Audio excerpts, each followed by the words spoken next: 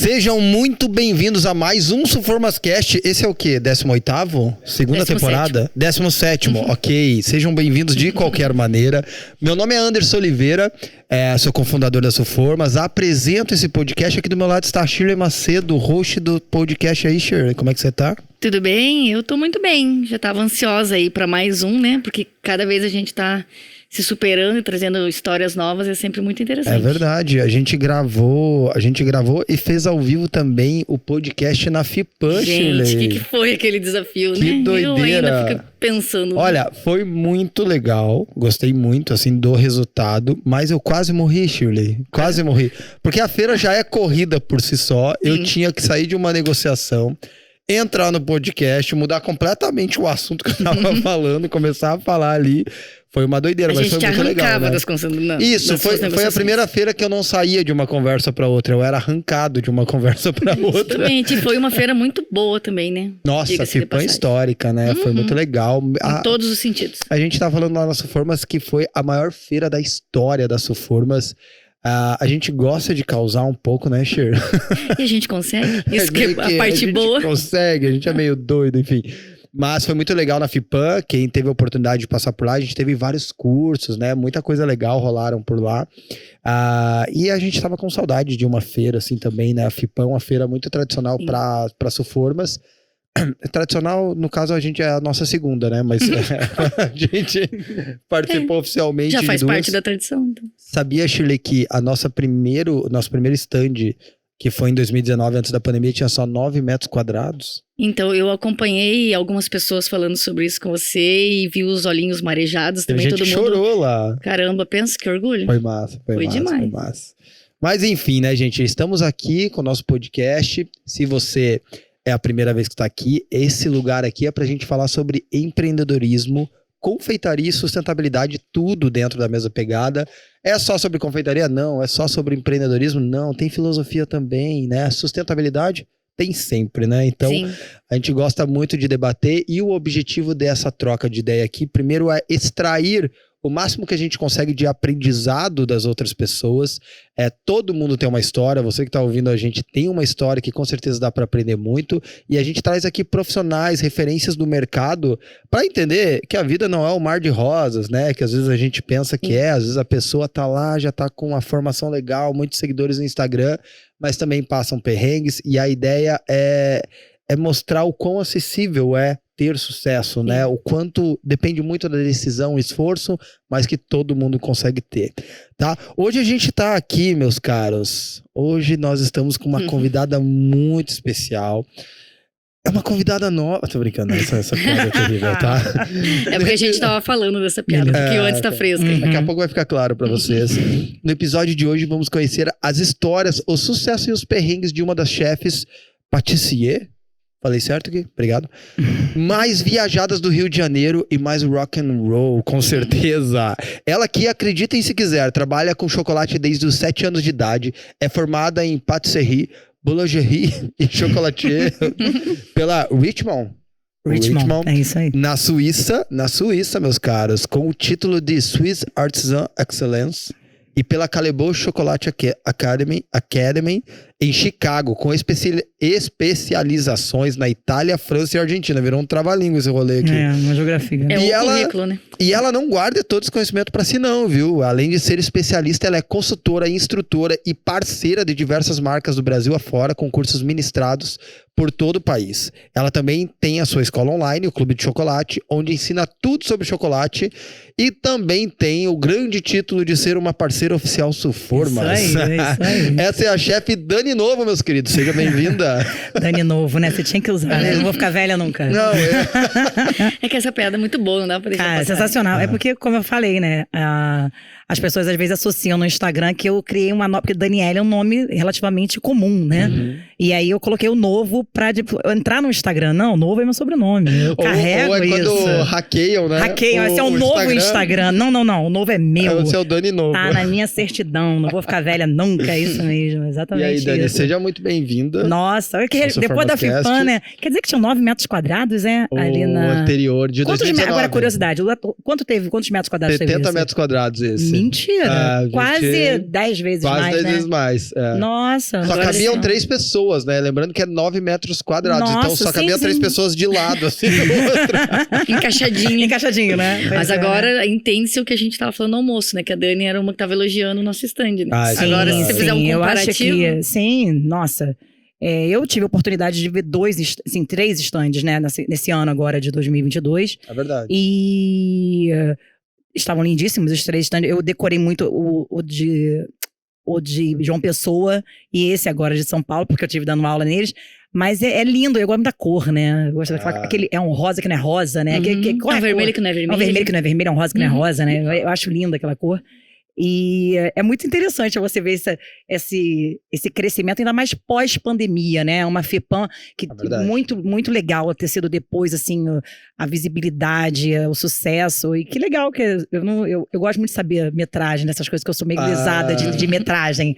Por 9 metros quadrados, eu acho que é uma parada imensa. Não, 70 metros quadrados. Aí você já viu, nossa, né? Então. E eu acho que o próximo vai ser maior. No, 180. Então, pode ser 180, não, né? Acho que aí é too much. Aí a gente tem que se preparar, porque ele vai aumentando o espaço e o desafio também. O grande problema de você ser bom é que quando você é bom, você tem que ser muito bom sempre depois. superar. Então, assim, o sarrafo vai aumentando e o céu é o limite, né? Verdade, então, assim, o nível de exigência muda, o nível de exigência de todo mundo muda, né? E todo mundo vai esperar que a Sulformas apresente algo de magnitude da mesma, mais do que foi apresentado. Essa expectativa que é muito... É complicado. É delicado. Mas eu acho que também, Dani, quando a gente consegue manter um foco na essência, sim, tipo em excelência, assim, seja no nível de serviço ou em pessoas, eu acho que sempre vai correspondendo, porque muito da nossa pegada, né? A criatividade e ter um propósito no que a gente faz. Sim. Então, tipo, a gente sempre vai tentando escorar em cima disso e atender as pessoas, no final das contas. Acho que as pessoas são bem atendidas da boa, assim, né? Não, e isso ficou claro no nosso stand, que muitas pessoas falaram, até pelo fato de ser um stand que se preocupou com o visitante, né? Então a pessoa ia lá pra ver a aula. E sentava. Isso não acontecia, né? Isso numa feira. Geralmente as pessoas vão ficando todas juntinhas e se apertando e se esticando. Ali não, ali tem um espaço. Não comporta todo mundo, porque graças a Deus as aulas, todas elas bombaram. Tinha gente lá de fora em pé. Mas quem chegou primeiro, quem se precaveu, ele chegou e assistiu essa aula tranquilamente. É o foco em pessoas. E essa troca de energia, que é uma parada que eu acho sensacional de feira, embora a gente volte muito cansado sempre de feira, pra gente como empresa é muito desgastante, porque você tem que trabalhar tua função normal mais, né, a feira. Mas é uma troca muito boa, a gente recebe uma energia muito legal também das pessoas. Sim, assim. Eu acho que feira, embora eu seja nova, né, pra sempre, nunca serei velha. Na verdade, eu sempre brinco que eu tô em busca de um vampiro pra eu parar agora aqui nessa imagem, né, e poder ficar nova 200 e 300 anos. E esse sobrenome combina com você? Porque super você combina comigo, mas energia, eu sou uma energia né, nova, assim, né. E aí, eu acho que, gente, eu tô completamente... A feira, tá. Eu, embora seja nova... ainda bem que é podcast, né? Embora seja nova, eu já fiz muita feira, né? E aí, essa pegada de feira, você... É muito louco isso, porque ao mesmo tempo que é um conjunto de experiências. Eu sempre viso, eu foco nas feiras, embora eu sempre sou brincalhona, agitada. É complexo eu ficar quieta, que assim, até porque eu tô mexendo aqui, né, aceleradíssima. Mas o meu foco na feira sempre foi profissional. Eu vou para as feiras visando empresa. Eu sempre fui assim. É claro que eu quero ver meu seguidor agora. E assim, eu acho que até na internet, eu sou até jovem, sou novata, vamos dizer assim, porque eu paguei muito a minha língua no passado com o Instagram, totalmente a minha língua no Instagram. Eu tinha uma visão de Instagram que eu tomei uma salapada na cara, que eu olhava assim, gente, qual é a função de um álbum de fotografia online? Coisa inútil, eu lembro que eu falava isso lá atrás, né? Que idiota, né? Total, né? Hoje em dia, né? E aí, com isso, os meus seguidores, vamos dizer assim, são relativamente recentes, vamos falar assim, pegada de 5 anos pra cá, ou até menos, do que isso.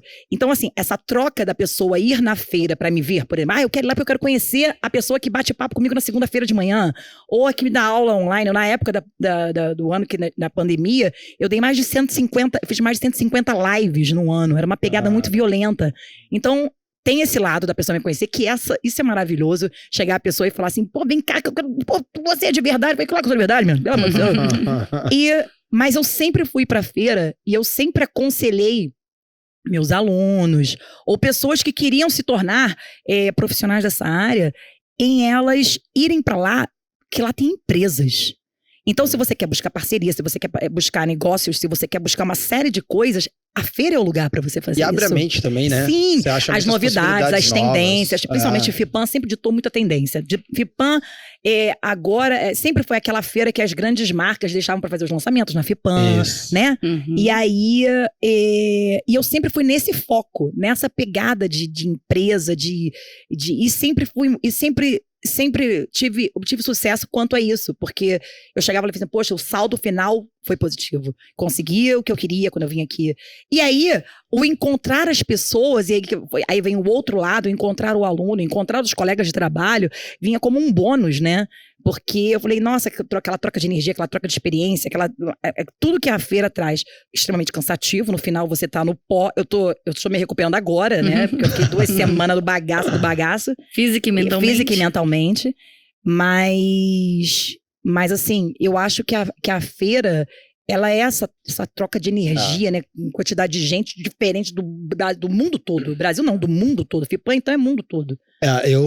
E é numa feira, né? Nem sempre eu tenho oportunidade de assistir as lives, mas assistindo o curso da Dani lá em João Pessoa, né? Lá na feira, é que eu vi que, nossa, a técnica que você passa. Tipo, cara, você é uma professora, assim, sabe? Não é uma confeiteira ensinando algumas habilidades. Ele não, você pega... É que eu também sou esse perfil de aluno, né? Eu adoro curiosidades históricas, adoro contexto, adoro quando a pessoa traz embasamento na informação e tal. Sim. E aí que eu queria entender de você, onde é que começa todo esse rolê? Porque a gente viu aqui que você, com 7 anos de idade, já começa a trabalhar com chocolate. Sim. Mas eu vi que você tem muita formação, né? Mas... Onde é que começa a paixão, vontade, assim, né? Por confeitaria, né? Então, eu falo que a criança, se você parar pra pensar, a criança, ela dita o que ela vai ser. Por incrível que pareça. Meus pais, coitados, sofreram muito comigo porque o meu teste vocacional é uma bagunça de profissão. Eu tinha muita coisa que eu podia... Eu lembro que eu sabia o que eu não seria. Mas o que eu seria, eu acho que eu poderia ser o mundo, exceto, acho que engenharia mecânica. Não, mecânica não, engenharia de construção civil. Mas tirando, acho que eu podia ser muita coisa. Mas eu criança, uma das minhas primeiras memórias de criança, eu sempre falo isso, eu gostava de panelinha, né? De boneca, boneca. Eu era bem menina, assim, nesse aspecto. Bem bonequinha, panelinha, aquela coisa toda. Eu não brincava com carrinho, por exemplo, né? Embora hoje agora, né? E aí, mas eu gostava de boneca. Eu gostava de boneca e panelinha. Só que eu não fazia, eu lembro disso, não era cozinhar para mim, tipo assim, eu tô cozinhando. Eu pegava as minhas bonecas, botava ela sentada, pegava e dava aula para as bonecas. Eu era a Ofélia, cozinha, Ofélia, né? É claro que vocês hoje que estão desse lado, vocês não lembram quem é, mas a Ofélia é muito... Eu brinco que ela é antes da Palmirinha, né, eu acho, né? Se bem que mas muita gente fala da Ofélia, né? Várias vezes no nosso podcast foi trazido o nome dela. Cara. Ela marcou muita gente. Ofélia. Então, e eu não... Ofélia, você não sabe quem é. Não, assim, é porque é muito... Aquela vergonha de falar. Não, mas é porque é muito lá pra trás. E eu lembrava que eu fazia isso, que eu queria ensinar as bonecas. E uma outra coisa que me chamava muita atenção, e aí entra o lado do estudo, eu gosto de ler. Isso é algo que eu trago da minha mãe, eu gosto de ler livro. Minha mãe tem uma biblioteca em casa com mais de 2.000 livros, se não mais. Caramba. Mais de 2. Minha mãe é uma leitora voraz, todos lidos. Todos lidos. Porque tem gente que coleciona um monte de livros, só pra ficar bonita, né? Você perguntar qualquer livro daquele... E detalhe, livro de tudo. Desde física quântica até romance e 50 tons de cinza.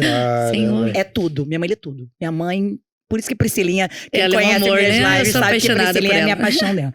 E essa paixão por livro eu trouxe dela. E ela tinha uma coleção de livros, que é a capa de couro, desse tamanho, de gastronomia, de culinária. né, de culinária. E eu lembro de eu deitada no tapete da sala, folheando aqueles livros, e ficava lendo aquelas coisas assim, mas ficava horas fazendo isso. E para uma pessoa como eu, é complexo ficar parado assim. Eu ficava horas folheando aquilo, falei, nossa, e eu adorava. E minha mãe cozinhava o basicão, minha mãe sempre trabalhou fora. Minha mãe cozinhava, eu e meu irmão sempre tivemos pessoa que dava suporte pra minha mãe de cozinha, então minha mãe não tinha muito, né, não era aquela coisa de cozinha, ficava... Não dá pra dizer que veio da família, né? Não, ela cozinha muito bem, mas não é da minha mãe isso, né. E aí, com 7 anos, eu sempre gostei de cozinhar. E exatamente pelo fato da minha mãe trabalhar fora, e às vezes a pessoa que ajudava ela faltava, né, algum problema, e meu irmão é mais novo do que eu lembro da primeira ocasião, fazendo feijão, minha mãe com o telefone. Mais novo. Mais novo. O inferno. Você tá querendo tomar meu lugar? Porque eu até me perdi, cara. E aí, o meu irmão... E eu lembro, e meu irmão era muito chato pra comer. Aliás, ele até hoje. Mas que ele só comia arroz, feijão e ovo. Tinha uma parada dessa, assim. Era muito chato. Uma pessoa que eu... Nada. Nossa, Anderson, porque essa mesma pessoa, assim, né? E aí eu lembro da minha mãe me ensinando, eu com 7 anos, eu já era grande, assim, já sempre fui grandona. Fui um bebê muito grande. E minha mãe, pelo telefone, me ensinando a fazer a comida. E corajosa, né? Deixar uma criança... Sim, mas ela me conhecia, ela sabia que eu era sagaz, né? E aí, é claro que já tinha alguma coisa pré-pronta, assim, e eu sempre gostei de cozinha. E o doce sempre me chamou muita atenção, principalmente chocolate. Então, eu lembro que eu pegava lata de leite condensado e eu sabia fazer o brigadeiro. E quando eu comecei a mexer com doce, foi quando eu fui uma criança magra, né? E aí, quando eu saí da fase da infância, para na pré-adolescência, eu comecei a engordar. Porque foi exatamente a fase que eu começava a cozinhar. É claro que eu provava, né? Eu como que eu faço, né? Não é aquela coisa assim. E eu com leite condensado fazia aquele típico brigadeiro cheião de achocolatado, aquela coisa toda, aquele brigadeiro power, né? E dali a paixão pelo chocolate, eu já gostava de chocolate. Chocolate sempre foi meu doce favorito. Sempre. Com 9 anos de idade, isso 7 anos, já começava a mexer, fazendo aquela coisa toda. Naquela época, as coberturas fracionadas, eu brinco nas minhas aulas, que você bebe a cobertura fracionada, você bebia a água depois de comer e levava 3 dias pra sair do céu da boca. Agarrada, aquela coisa engarrada. Tipo aqueles guarda-chuvinhos que você comprava. Exatamente. E eu com 9 anos, a minha comadre, ela, a madrinha do meu afilhado, ela fazia chocolate, botava na forminha. Eu lembro que a minha primeira forminha que eu utilizei era uma forminha de boquinha, de acetato, né? E tinha um pirulito de coração que eu pegava aquilo ali, fazia. Ela me ensinou a mexer com cobertura. E eu colocava. Só que eu era uma empreendedora de pequena, assim. Eu sou filha de 2 vendedores. Minha mãe é aposentada do Tribunal de Justiça, mas meu pai sempre foi vendedor. Meu pai já não tá mais aqui. Só que os 2 foram vendedores desde a base. Bem vendedorzaço. É claro que alguém tinha que ter esse sangue, né? Meu irmão também mas eu sou mais. E aí eu pequena, eu queria dinheiro. Agora a coisa mais engraçada. Eu queria dinheiro, eu sei ganhar muito dinheiro, mas eu sei gastar, que é uma beleza. Então, poupar, eu tô aprendendo com o tempo. Serve, né? Mas você tem que poupar também, né? E aí o que eu fazia? Eu pegava o chocolate, eu morava num condomínio fechado de casas, pegava o chocolate, botava o chocolate na cestinha e saía vendendo dentro do condomínio. A pessoa passava, na época não tinha muitas casas, não tinha lá, e vendia pra festinha, aquela coisa toda. Meu pai, e aí não só chocolate, sacolé. Eu sempre gostei muito de água, eu nada, né? Aqui a gente chama de geladinho. Pois é, geladinho, chup-chup, tem vários nomes no Brasil, né? Aqui é geladinho, no Rio é sacolé, tem chup-chup, acho que no Nordeste é chup-chup, tem vários nomes. E o que eu fazia? Tinha a piscina do meu condomínio. Então, no calor, não dá pra vender lá, ficar botando o meu chocolate e deixar lá que ele ia derreter. Mas eu pegava o sacolé e enchia o isopor, e eu queria ir pra piscina, levava o isopor cheio de sacolé, botava na sombra e ia dizer, galera, tem sacolé ali, hein? E ia pra água. A galera pegava o sacolé, botava o dinheiro embaixo, voltava com um isopor vazio e o bolso cheio. E o meu pai, uma vez eu pedi pro meu pai se ele deixar eu botar aquela placa, vende esse sacolé. Ele, tá maluca, tu não vai botar nada, vão pensar que tu tá passando fome. Aí minha mãe brigava com ele. Ele, cara, como é que tu tá brigando com ela? Ela é você. E eu vendia pra quê? Aí agora é a coisa mais engraçada do mundo. Eu vendia chocolate muito na época da Páscoa, isso criança, 9, 10 anos, 11 anos. Eu vendia para comprar ovo de Páscoa. Olha. E a minha mãe... E aí, por quê? Porque lá em casa, nós 4, né? Hoje já é a família, eu tenho... Mas vamos lá, nós 4. Eu, minha mãe, meu pai e meu irmão. Cada um gostava de um ovo diferente, de uma marca diferente, de um tipo de ovo diferente. E naquela época não tinha a variedade que tem hoje, né? E eu sabia o que eles gostavam. Então eu tinha aquela coberturazinha lá, fazia a cobertura, né? Vendia para ganhar dinheiro para comprar o ovo para cada um. Meu pai gosta desse ovo, meu irmão gosta desse ovo, minha mãe gosta desse ovo pra dar de presente. E a mãe falava assim, minha filha, eu quero ganhar o seu ovo, faz pra mim, mamãe gosta do seu. Eu falei, não, você gosta desse, eu sei qual que você gosta. E a senhora pode comprar meu ovo. E a senhora pode comprar meu ovo. E eu também tinha um ovo que eu gostava, ajuda. né? Eu tenho um ovo que eu gostava assim, né? E aí ela pegava, e eu fazia isso, né? Desde pequena. Dali, a minha história. E aí, beleza. Hein, Dani, só acho que colaborando essa questão de criança, né? De que, pra mim hoje, né, é uma parada que é muito... Eu fico buscando nas crianças as vocações dela. Eu acho que porque, como eu descobri que é muito importante você trabalhar em algo que você gosta, eu não sou pai ainda, né, mas eu com certeza acho que uma luta minha que eu quero ter pelos meus filhos e filhas seria... entender qual é a essência deles para que eles vão para esse lado, sabe, da vida deles, assim, porque a gente passa boa parte da nossa vida trabalhando e é importante, né, ter um propósito, ter um trabalho, né? Por mais utópico que pareça falar isso, e com certeza você já deve ter ouvido muito isso, né, é a hora que você trabalha com algo que gosta, ele deixa de ser trabalho, né, e porque aquilo fica prazeroso. Eu, por exemplo... eu amo que assim, eu realmente sou uma professora. Eu sei que eu sou, desde a época do direito, porque eu tenho uma história muito parecida com a história de várias confeiteiras que eu conheço, que passam por mim como alunos. Desde essa época, já no direito, eu já ensinava os meus amigos da faculdade. Então, assim, eu sou uma professora e eu demorei muito tempo para enxergar essa minha facilidade em dar aula. Porque aí, pegando aquele gancho da FIPAM, da feira, que é uma batida, a gente fica cansado. Se tem uma coisa que não me cansa, é dar aula. Eu sou capaz de ficar dando aula o dia inteiro, sair pra night. Ou pra balada, seja lá o nome que eu der. E assim, pleníssima. Isso não me cansa. Mais um detalhe. Eu nunca tive, por incrível que pareça, desde a minha primeira aula... E aí entra o conhecimento, porque eu sou muito chata com essas coisas. Eu nunca tive medo de dar aula. Aluno é desafiador. Aluno quer desafiar o professor 100% do tempo. Fui aluna. Então, ele gosta de pegar o professor. E eu sou daquele tipo de pessoa que tem uma resposta pra tudo. Mas é que você também estudou pra caramba, exatamente. Né? Quando e você aí, fala do que você domina, exatamente. Não tem como, né? Te pegar. Quando eu decidi... ser professora de gastronomia, ser professora da área de confeitaria, de patisserie, de panificação, todas as áreas que eu com chocolataria, eu falei assim, ok, eu vou esgotar esse assunto, não, porque se a gente esgota é como se a gente estivesse no final e eu não chego no final nunca. Mas assim, quando eu entendi, e eu sempre fui estudiosa de tudo, eu me formei muito nova, eu acabei de muito jovem, porque minha mãe, pra se livrar de mim, minha mãe me botou no colégio. E eu pulei 2 prezinhos. Tanto é que eu sou uma porcaria em cortar redondo, porque eu acho que o prezinho fez diferença na minha vida. Mas, como na minha época, não existia faculdade de gastronomia. Não tinha isso. O seu conhecimento era adquirido ou na prática, ou nos livros, porque também não tinha internet muito tempo. Assim, nossa, você é jurássica, né? Eu falei, não, mas é verdade, porque a era digital, ela é muito nova, ela é muito jovem e muito rápida, né? Mas eu tinha os livros. Então, você não tinha quem te ensinar, vamos dizer assim, né? O professor de gastronomia, o instrutor de gastronomia. Você aprendia, era nos supermercados, no andar de cima, onde tinha as culinaristas, né? Que ensinavam lá, aquelas quituteiras que não tinham faculdade. Elas tinham a experiência da vida e a curiosidade delas. Só que assim, na época, e aí você vai, da onde vem esse conhecimento? Eu falei, bom, vamos fazer eu fiz algumas faculdades. Quais elas? Aqui eu tô sabendo que você fez direito. Direito, letras.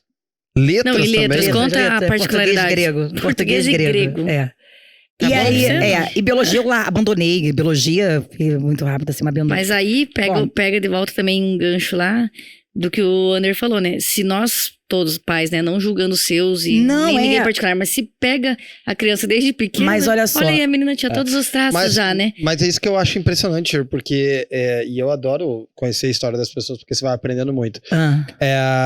Tipo, os meus pais também eram vendedores, né? E eu, naturalmente, você nem percebe, né? Só que é muito louco, porque tudo é venda. No final das contas, tudo é venda. Até mesmo exemplo, como a gente se posiciona, né? É uma venda. Tudo é venda. A Dani, como professora, ela vende a informação.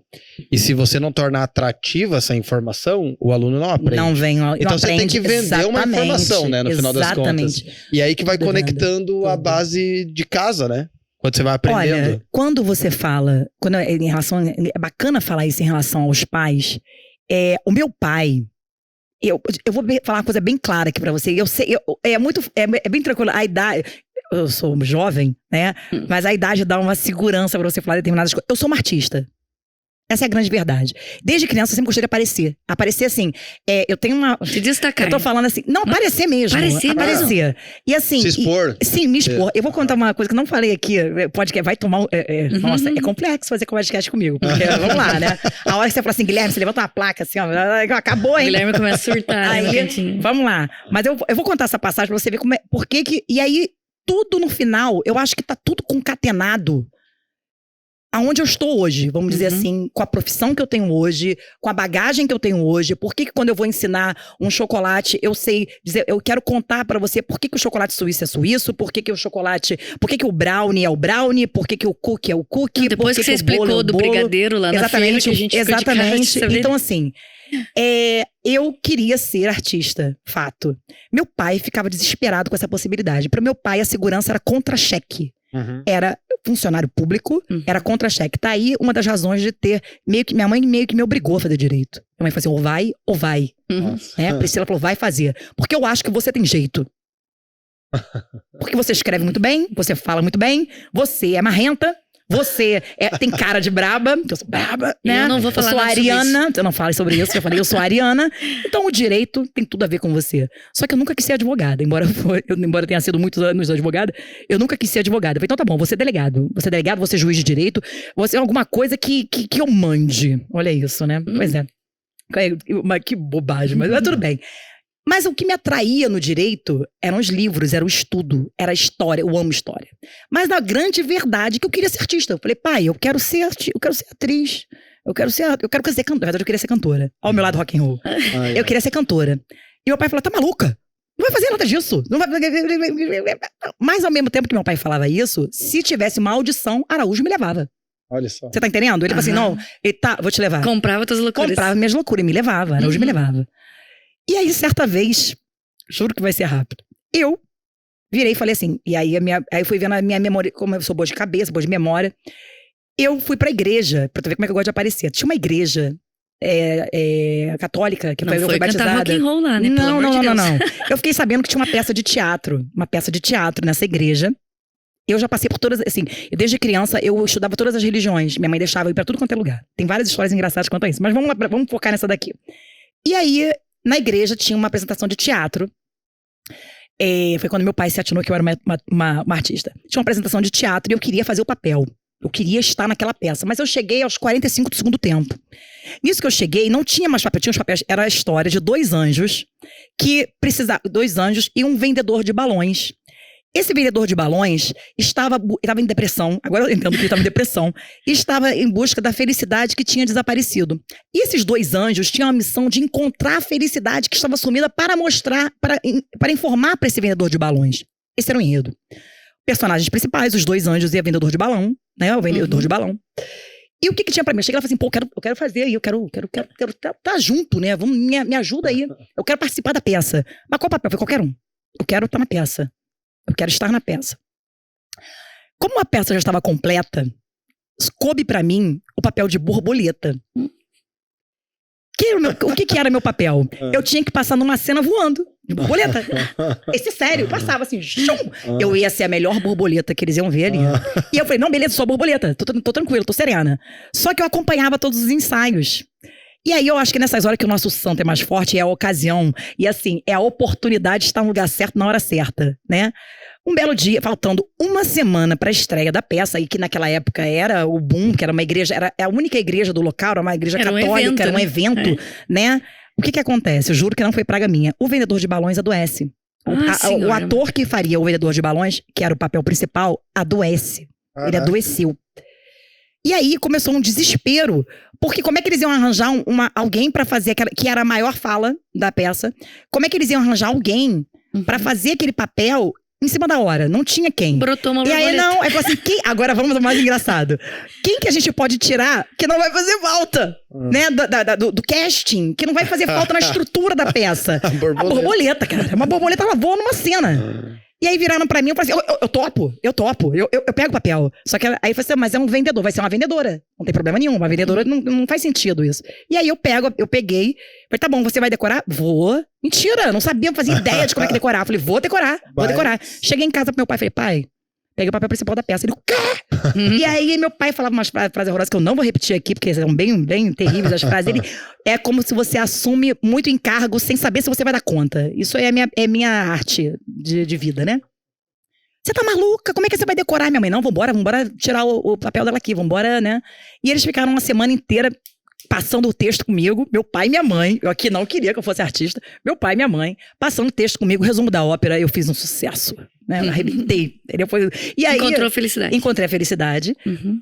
Eu lembro do pessoal comentando, eu adorando aquelas luzes, aquela coisa toda, né? E aí meu pai, ele sabia que eu tinha jeito pra isso, né?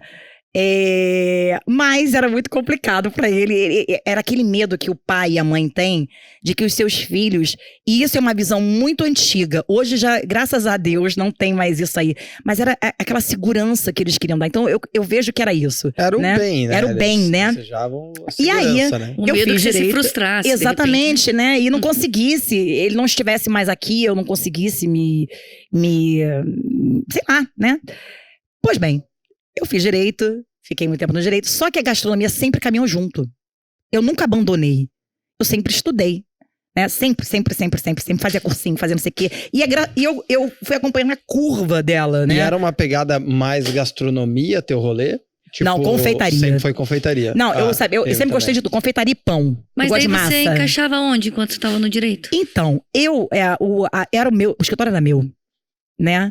Então, assim, eu tinha uma certa flexibilidade de horários. Não, né? mas daí você fazia pra consumo só. Não, pra vender na faculdade, vendia na faculdade. Não, vendia. Que é pra consumo? Se você voltar lá no meu Facebook antigão, tu vai ver cada coisa. Ela chegava já na audiência, já dava prejuízo, não, eu na faida tudo. Isso aí não, sempre caminhou junto. Só que até que... E aí...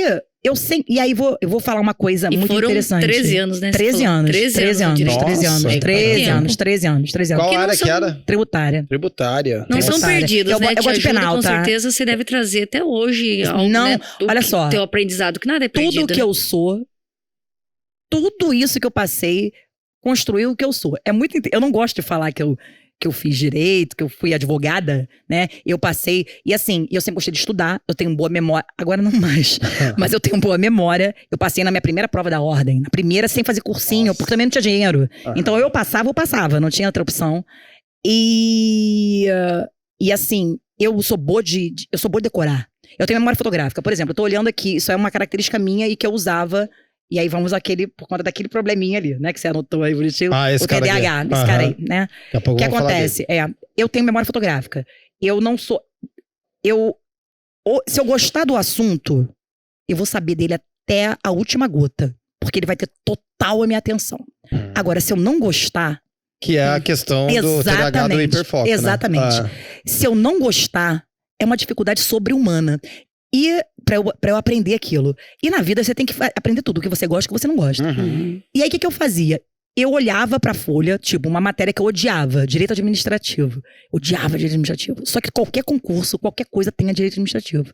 E eu precisava dele. Então o que eu fazia? Eu olhava pra folha do livro, ficava olhando. Depois de ler, nada entrava na minha cabeça. E eu memorizava a folha. E por osmose daí. Depois... Não, memorizava a folha. Já assistiu Suits e aí, ou não? Suits? Já, um pouquinho. Não, o Mike Ross é um advogado que tem memória fotográfica. Eu tenho memória fotográfica. E aí eu olhava aquilo ali. E aí depois, quando eu tava numa prova... E aí a cor me ajudava muito. Eu grifava aquilo ali. Eu fechava o olho e falava assim, em qual página que tava. E via a página vinha na minha cabeça. Isso me ajudava. É claro que isso aí não é suficiente. Sim. Em absoluto. Mas isso me ajudava muito nessa memória fotográfica. Mas aí o que aconteceu? Eu tenho uma outra... As minhas paixões na vida. Estudar. E aí no direito, eu estudava até a última gota. Eu estudava em linha da minha coisa. Eu gosto de estudar a fundo. Por que o direito, um dos direitos que eu acho o direito mais bonito, porém a prática é muito cruel, que é o direito de família? A teoria é linda. É linda. Adoro estudar direito de família. A prática é uma praga. Só falando assim, claro, gente, é briga de marido e mulher legalizada, né? Briga de, envolve sentimento, então é muito complexo. Mas estrutura, eu gostava, né? Exatamente, mas eu gostava de estudar. E aí, ia a gastronomia caminhando. Eu falei, gente, eu preciso estudar isso. Tá, naquela época não tinha internet, não tinha nada disso. Vamos estudar o chocolate. E sempre o chocolate caminhando. Eu sempre fazia bombom não é trufa. Aquele bombom recheado que o pessoal bota o nome de trufa. Não é trufa, mas é bombom, mas tá bom. Mas na venda, se o cliente quer comprar a trufa que é bombom, tu vende a trufa que é bombom, amigo. Não tem esse negócio, né? Já vai assim, não vou te vender não, porque isso aqui é trufa. Isso aqui é bombom. E a minha professora falou que é bombom. Na hora da venda não dá pra ser o chato do rolê, né? Não, de jeito nenhum. Seja prático, né? Exatamente. Ei, Dani, mas deixa eu te perguntar. Aí você, 13 anos de escritório. Sim. E aí, é porque não tá fechando as contas aqui pra mim. Bate, eu tenho 46, tá? Faz a conta aí. Tá. Eu tenho 46. Não, porque daí você tem formação fora do país. Sim, você fez de maneira paralela ao escritório ou foi depois? Os estudos, a Argentina, a Suíça e a Itália. A Suíça e a Itália já tinha saído. Já tinha saído do escritório, isso. E eu acredito que Chicago também. Chicago foi no meio. No meio Chicago do rolê. Foi no meio do rolê. Chicago foi no meio do rolê. Não existia, eu fiz em Chicago. Por dois motivos. Primeiro, porque eu queria ir pra Chicago. Segundo, porque não existia a Academy que hoje tá em São Paulo. Ia dar um ódio, porque logo depois criaram. E assim, a Calebo. Foi isso mais ou menos? 2013. A Calebo, ela foi em 2014. Popularizou recentemente. Não. Na verdade, no Brasil ela já era conhecida, assim. Só que a Academy, a Chocolate Academy, ela vem, salvo engano. 2014, 2013, é bem depois, assim. E ela segue um padrão que não importa se você estuda na Bélgica, se você estuda em Chicago, se você estuda em Paris, é a mesma coisa. E os professores, eles circulam, né, por isso, né. Aí eu falei, mas não foi o menor problema estudar em Chicago. Mas daí então você terminou, fiz lá a especialização e tal? Não, olha, eu não quero falar muito disso, mas vamos lá. O meu sócio era meu ex-marido. Né? Então, assim, há uma flexibilidade, há uma parceria dele quanto a isso. E ele sabia que eu gostava disso. Ele também se beneficiava porque eu cozinhava, ele comia. E eu não faço só doce, né? Eu faço qualquer coisa, né? Então, ele era um bom glutão, né? E aí, ele era meu sócio. Então, assim, tudo ficava mais fácil. Né? Por isso que eu tinha essa flexibilidade de horário. E ele me ajudou muito. Isso daí. Entendi. Né? Era sua cobaia também nos seus testes. Sempre, os vizinhos, sempre. Deixa eu dar uma de aluno aqui, porque eu, sinceramente, não sei o que quer dizer patisserie. Vamos lá. Boulangerie, chocolatier. Olha, vamos lá. Tem diferença? Vamos. Tem sim. Tá. Chocolatier é especialidade em chocolate, tá? A patisserie, ela envolve, vamos lá, a confeitaria em si. A confeitaria, né? Os doces, o bolo, os eclairs, os brownies. Tudo isso faz parte da patisserie, da confeitaria. Na verdade, vamos lá. Pastry, patisserie. Pasticeira, que é a Itália. Pastelaria, que em Portugal. A confeitaria é pastelaria, não é pastel, ok? É pastelaria. Chefe pasteleiro. Se a pessoa quiser procurar um emprego em Portugal e ver chefe pasteleiro, ela não vai fritar pastel, ela vai fazer torta, bolo, tudo isso aí.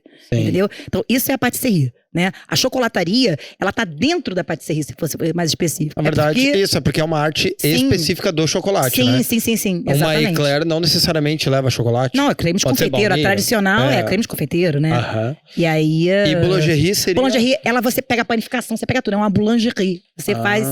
Você fica especializado em tudo. Ainda. Mais abrangente ainda. Entendi. Entendeu? O que acontece? A minha paixão, e eu sempre brinco isso, que na confeitaria, todo confeiteiro que estuda, né? Ele é muito métrico.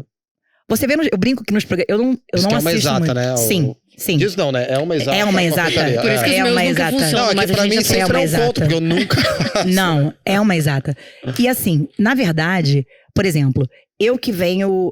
o meu sonho dourado, meu sonho... Desde que na hora que eu cheguei numa... Eu tava vendo aqui, o direito com a confeitaria. Direito com a confeitaria. Eu falo confeitaria, mas a panificação tá muito do lado. Por isso que eu não gosto de restringir a confeitaria. Eu vim caminhando com os dois juntos. Chegou num dado momento da minha vida que eu tive que escolher. Porque eu não ia conseguir me dedicar em um ao outro. Entendeu? E eu era uma boa advogada. Eu era por incrível que pareça. Mas foi difícil? Uma decisão difícil? Ou já tava claro pra você? Não. De coração, nem um pouco. Em absoluto.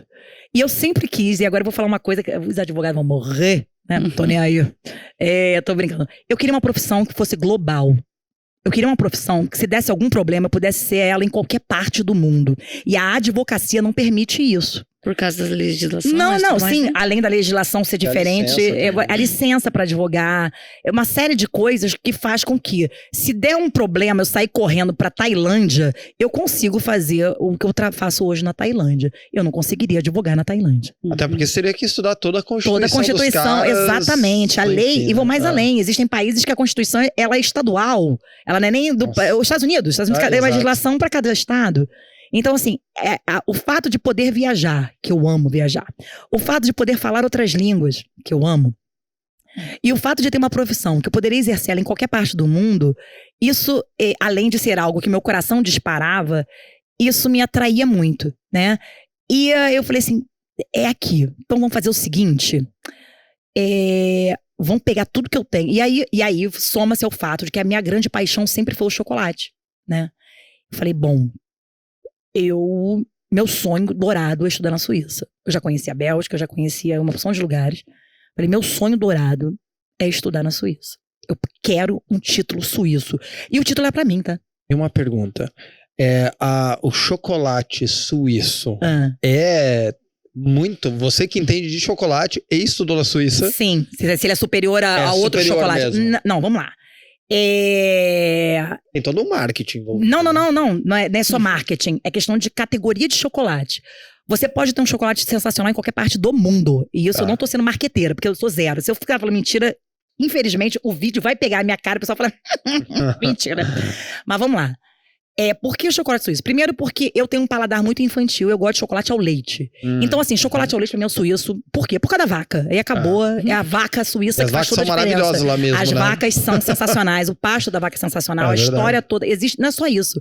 Existe a cooperativa de laticínio da parte de leite deles é uma coisa muito séria na Suíça. Muito séria, muito séria. A ponto de calcular o gás carbônico que é emitido pelas vacas, isso interfere na produção do chocolate. É sério. Google, pode olhar aí. E aí, eu gosto de chocolate ao leite. Então, eu falei assim, suíço. A Suíça, ela tem a conchagem suíça, que é uma técnica de conchagem, né? Que na produção, na fabricação do chocolate, de bater o chocolate, que é nisso que faz aquela sensação de você botar o chocolate na boca e ele sumir. Não é só a manteiga de cacau, porque é uma gordura que realmente o ponto de fusão dela é similar à temperatura corporal, por isso que ela derrete muito rápido, por isso que ela é muito cara. A Suíça... E aí o meu lado estudioso. Eu queria ir na Suíça por vários motivos. Primeiro, por chocolate suíço. Segundo, porque a técnica de ensino é muito militar. É muito... lá é tirado temperatura de tudo é muito calculado, tudo é muito tabelado. Então, hoje, esse é o motivo pelo qual eu consigo reproduzir qualquer receita em questão de segundos. Porque eu sei quanto precisa de quanto em cada receita. Então, eu não tô preocupada se a receita vai dar certo ou vai dar errado. Porque se ela der errado, eu tô olhando, foi por causa disso aqui. Porque eu estudei aquilo ali. Sim. E na Suíça ela me deu isso. E é um dos problemas, né? Porque, eu gosto de ir conectando a história, né? Sim. A Dani, estudiosa desde criança. Aí vai pra confeitaria, vai ser diferente? Não. Continua sendo estudiosa e é isso aí. acreditando na teoria. Sim. Que é um problema das alunas, né? Total. Porque todo chefe que a gente conhece, né, eles falam, cara, o problema é que a galera não segue a receita. Não. Quer dar o toquezinho, né? Quer dar o toquezinho. Toque. Ou talvez não precise tanto. Ou talvez um pouquinho a menos aqui. A confeitaria ela é cruel problema, nisso. Né? A cozinha quente, que a gente chama, né? O salgado, a comida do dia a dia, ela às vezes, né? Ela permite o seu toque pessoal. Um molho de tomate. Sim. Um molho de tomate, você pode botar um pouco mais de pimenta, um pouco menos de pimenta, um pouco mais de... Ok. Né? A confeitaria é cruel, tá? Ela não permite ela não... Uma vez ou outra você pode fazer isso. Mas a receita crucial, o drama de todo mundo chamado macarrão, ele não permite essas brincadeiras. Ele permite até brincadeira no recheio. Mas na massa estrutural dele, não adianta. Você vai seguir o que está escrito ali. E aí, tanto é que esses grandes programas de TV, onde é que a galera se ferra? Num pudim, cara. Num petit gâteau. O cara dá mole numa mousse. O cara faz uma carne sensacional, faz um arroz espetacular, faz um bife bourguignon maravilhoso, aquele ensopadão lá. Quando vai fazer uma mousse, o cara treme. Falei, cara, é uma mousse. Entendeu? E aí o chefe, tanto é que cada um no seu quadrado, vamos dizer assim, né? Normalmente um chefe de cozinha vai, deixa o chefe patisserie, deixa que ele faz as coisas dele ali, deixa. Não, e a gente ouve muito nas lives, nas receitas de vocês. Posso alterar por isso? Não. Posso colocar aquilo? Posso fazer? Não, por isso que tem a receita, por isso que tem a quantidade, mas, eu vejo vocês. Na verdade, e aí é interessante esse link que você fez aí, até pode. Desde que você saiba as porcentagens e o que você vai substituir. Tipo, aqui, na Sulformas, o sucesso, a Plump, né? A Plump são os caseirinhos. Então, farinha de trigo. Vira e mexe, tem alguém que pergunta numa live se você pode substituir por farinha de trigo integral, ou por farinha de amêndoa, ou por farinha de aveia, ou por farinha do diaba 4, entendeu? Aí você fala, pode? Pode. Até a página 2. Desde que você saiba as proporções exatas, desde que você saiba o resultado que aquilo vai ocasionar. Então, assim, é essa pegada, foi sempre isso, e aí que eu sempre busquei. A base teórica. A base teórica. Teórica misturada com a prática, com os testes, né? E aí, ia dar errado. E assim, a cozinha, ela tem que dar errado pra dar certo. E aí puxa o outro link com o negócio da Suíça. A conchagem suíça. Foi um erro. Um erro. Foi um lapso de um cara, né? O cara tava fazendo... Tipo panetone, né? Que também tipo panetone, tipo brownie, tipo vários outros doces. A conchagem suíça, o chocolate de antigamente... Como é que era o chocolate? Você vai lá, aquele processo todo de você pegar o cacau, fermenta, tira as sementes, todo aquele processo do cacau. Quando chegava no final, que você ia fazer a barra do chocolate, você ia comer, ela era arenosa. Ela não era aquela coisa macia que a gente conhece hoje. Ela era arenosa. Isso lá... em Dom João Bolinha, né? Ela era Dom João Bolinha. Dom João Bolinha, né? Lá atrás. Ela era arenosa. E aí, e sempre tentando evoluir, eis que esse cara suíço, vai muitas coisas que começaram na Suíça, porque eu sou apaixonada por esse lugar. Esse cara, numa fábrica, né? Esse cara, né? A gente, óbvio que vocês vão pesquisar assim, né? O jeito da pessoa falar. Esse abençoado reza a história de que ele tava fazendo o processo de bater, de conchar, são tipo conchas, de bater o chocolate quando chega naquela fase de bater. Aparece no comercial da Milka, assim. Exatamente, quando ele tá batendo, ele vai embora, uma sexta-feira, ele vai embora da fábrica, desligam tudo e esquecem a batedeira ligada. E a batedeira fica batendo o fim de semana inteiro. Quando ele chega na segunda-feira, se eu fosse daqui do Brasil, eu falo assim, meu Deus do céu, a conta de luz. Aí, não, mas lá... ele deve ter chegado e falou, gente, queimou tudo, acabou com o chocolate. Meu Deus, o que aconteceu? Quando ele olha pro chocolate, ele vê outro chocolate ali. O brilho, a textura. E aí ele viu que era esse processo, essa conchagem. Aí eles foram aprimorando essa conchagem suíça que foi tomada por todos os outros países. E dali o chocolate ele vai ficando mais macio. E aí o que você vai agregando a ele, né? O ao leite, então, que é o grande carro-chefe do chocolate suíço, essa delicadeza que o chocolate suíço tem.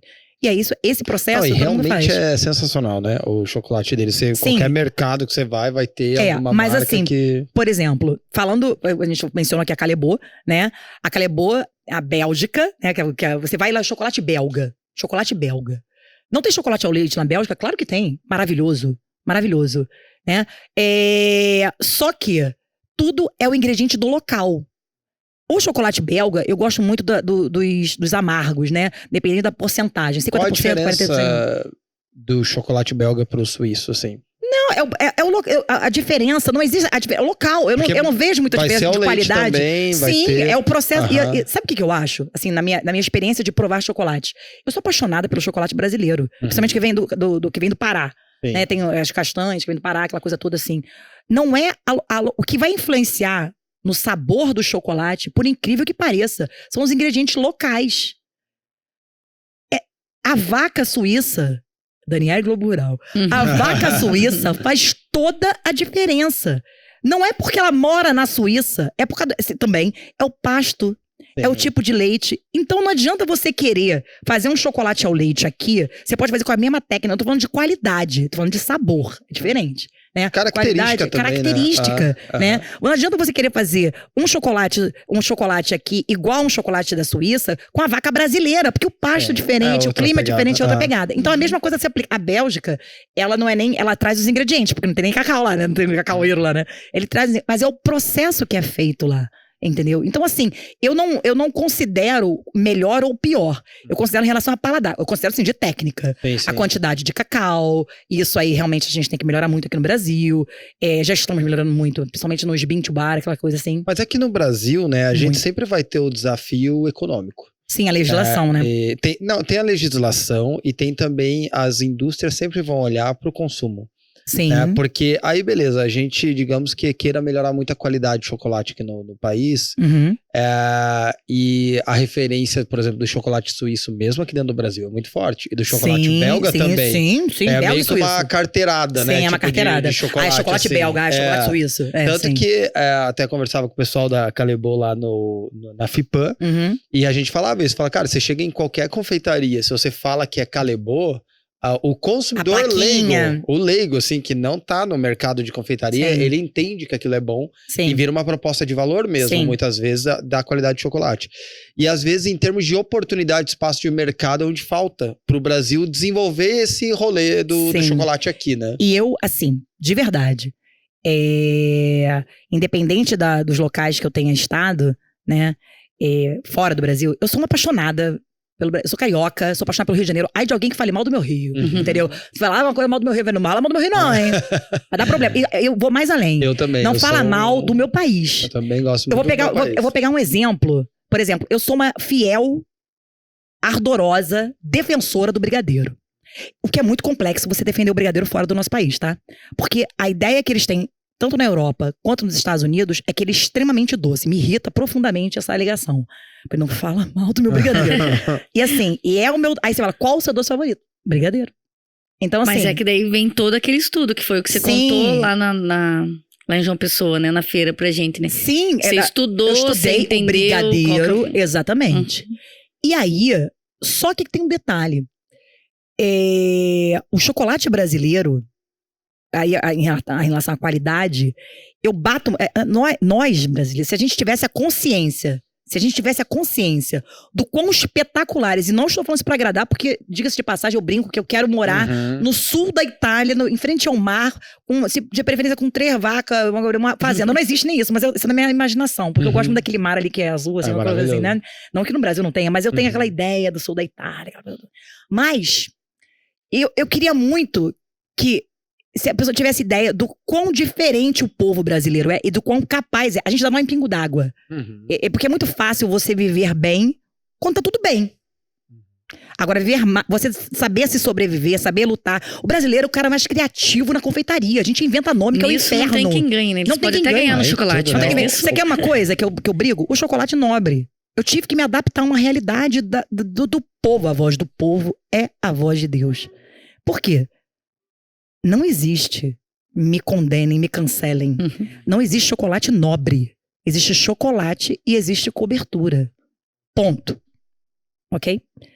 Só que alguma confeiteira, alguém, não sei quem, em algum momento, usou para diferenciar o chocolate da cobertura, colocando a expressão nobre do lado do chocolate. E isso pegou igual rastio de pólvora entre os alunos, entre os seguidores, em geral. E aí, de uma forma que os chocolatiers ficavam pra morrer. Eu, uma delas, quando eu falava assim, chocolate nobre, eu falei, não, chocolate cobertura. E aí, só que é o que eu falo. Usou-se de uma forma... De modo que as empresas se renderam. Isso. Porque venda é tudo. Fala assim, vamos fazer o seguinte, eles entendem que chocolate é chocolate. Eles diferenciam dessa forma. Taca essa palavra nobre aí, gente. Pelo amor de Deus, Jesus. Acabou. Simples assim, acabou resolve. O problema. Acabou o problema. Sem preciosismo. Né? Mas é que nem o vinho tem a mesma pegada, né? Porque o mercado nacional, ele começa a colocar vinho suave, vinho seco e não sei o que e tal.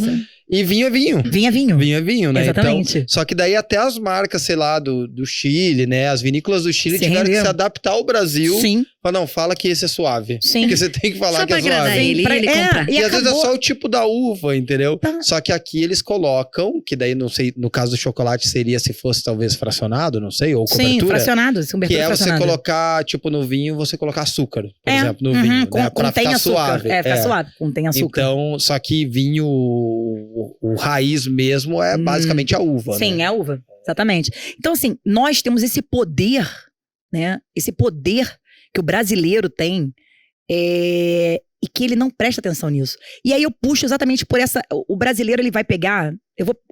independente de defender marcas, eu tô aqui, eu sou parceiro oficial, sou Formas, né? Mas em relação ao chocolate, a gente tá trazendo a Calebo, porque eu sou uma instrutora da Calebo. E antes mesmo de ser instrutora da Calebo, eu oficialmente na Calebo sou instrutora tem um ano e pouco. Eu entrei em abril do ano passado. Eu sou uma cientista, eu testo todas as marcas, eu conheço todas, praticamente todas. E assim, mas eu bato muito, hoje quando eu vou dar aula, por exemplo, na Cical. A Cical, ela é uma marca, ela não é marca brasileira. A Cical é uma marca territorial. Tem Cical na área, tem Cical em tudo quanto é lugar. Por que a Calebo faz isso? A Calebo faz isso para se adaptar àquela realidade. Nós vivemos num país tropical. Senão é isso. Nossa, eles têm várias vertentes. A Cical é mineira. Né? A Cical é uma fábrica lá em Minas Gerais. E assim, a Cical brasileira é mineira. Vamos botar assim, né? Vamos botar lá. E aí, só que nós precisamos nos adaptar a uma realidade. Nós vivemos num país quente. Independente daqui do sul ser mais friozinho, mas o calor de Porto Alegre é o cão. É 40 graus, 40 e pouco, não é? Alegre, aqui em Curitiba, quanto é que fica de calor aqui quando bate o verão? Dá uns 30, já dá uns 36, não é tanto, 37. Né? 36, 37. Não, olha só, é suficiente pra derreter o chocolate. 36, 37. É suficiente pra não ser saudável pro chocolate, vamos dizer assim. E aí, a Cical, ela tem a cobertura aqui no Brasil, ela se adaptou a uma realidade brasileira para fazer um chocolate de qualidade aqui dentro da legislação, tudo certinho, ok? Como manda o figurino. Só que tem um detalhe, né? Você tem aquela chancela, carrega aquele peso Calebo atrás, né? Você fala assim, pô, Calebo, né? Calebo aqui, não pode fazer feio aqui, né? E aí, a Cical, ela começou a vir numa pegada de, tá bom, mas vamos fazer dentro da Cical, dentro do chocolate brasileiro, um chocolate bom. Que você coma. E tem dentro da própria Cical, que é uma linha chamada Seleção, né? Que é de chocolate 100% cacau brasileiro, 100% manteiga de cacau, e que é fenomenal. O leite derrete na boca, o branco é sensacional. Então, assim, nós temos toda a capacidade. E aí, quando você vai mostrar pro cliente, ele olha assim, brasileiro mas ele quer belga. Eu falei, cara, olha só.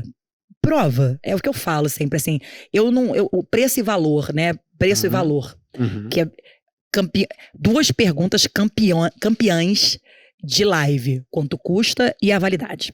E é sempre uma briga, né? Porque não tem como falar. Cadê a receita? Não, vai postar a receita, vai deixar salvo? Ela vai ficar salva, vai deixar a receita. Mas essas duas, mas essa de quanto custa e validade é uma coisa sensacional. Quanto custa é a primeira. Mas quanto custa é muito difícil, né? Que cada região tem os seus valores, tem. Exatamente. Eu sempre dou essa resposta, mas eu sempre dou um norte, que às vezes eu falo assim, gente, hoje em dia tem tabelas de precificação.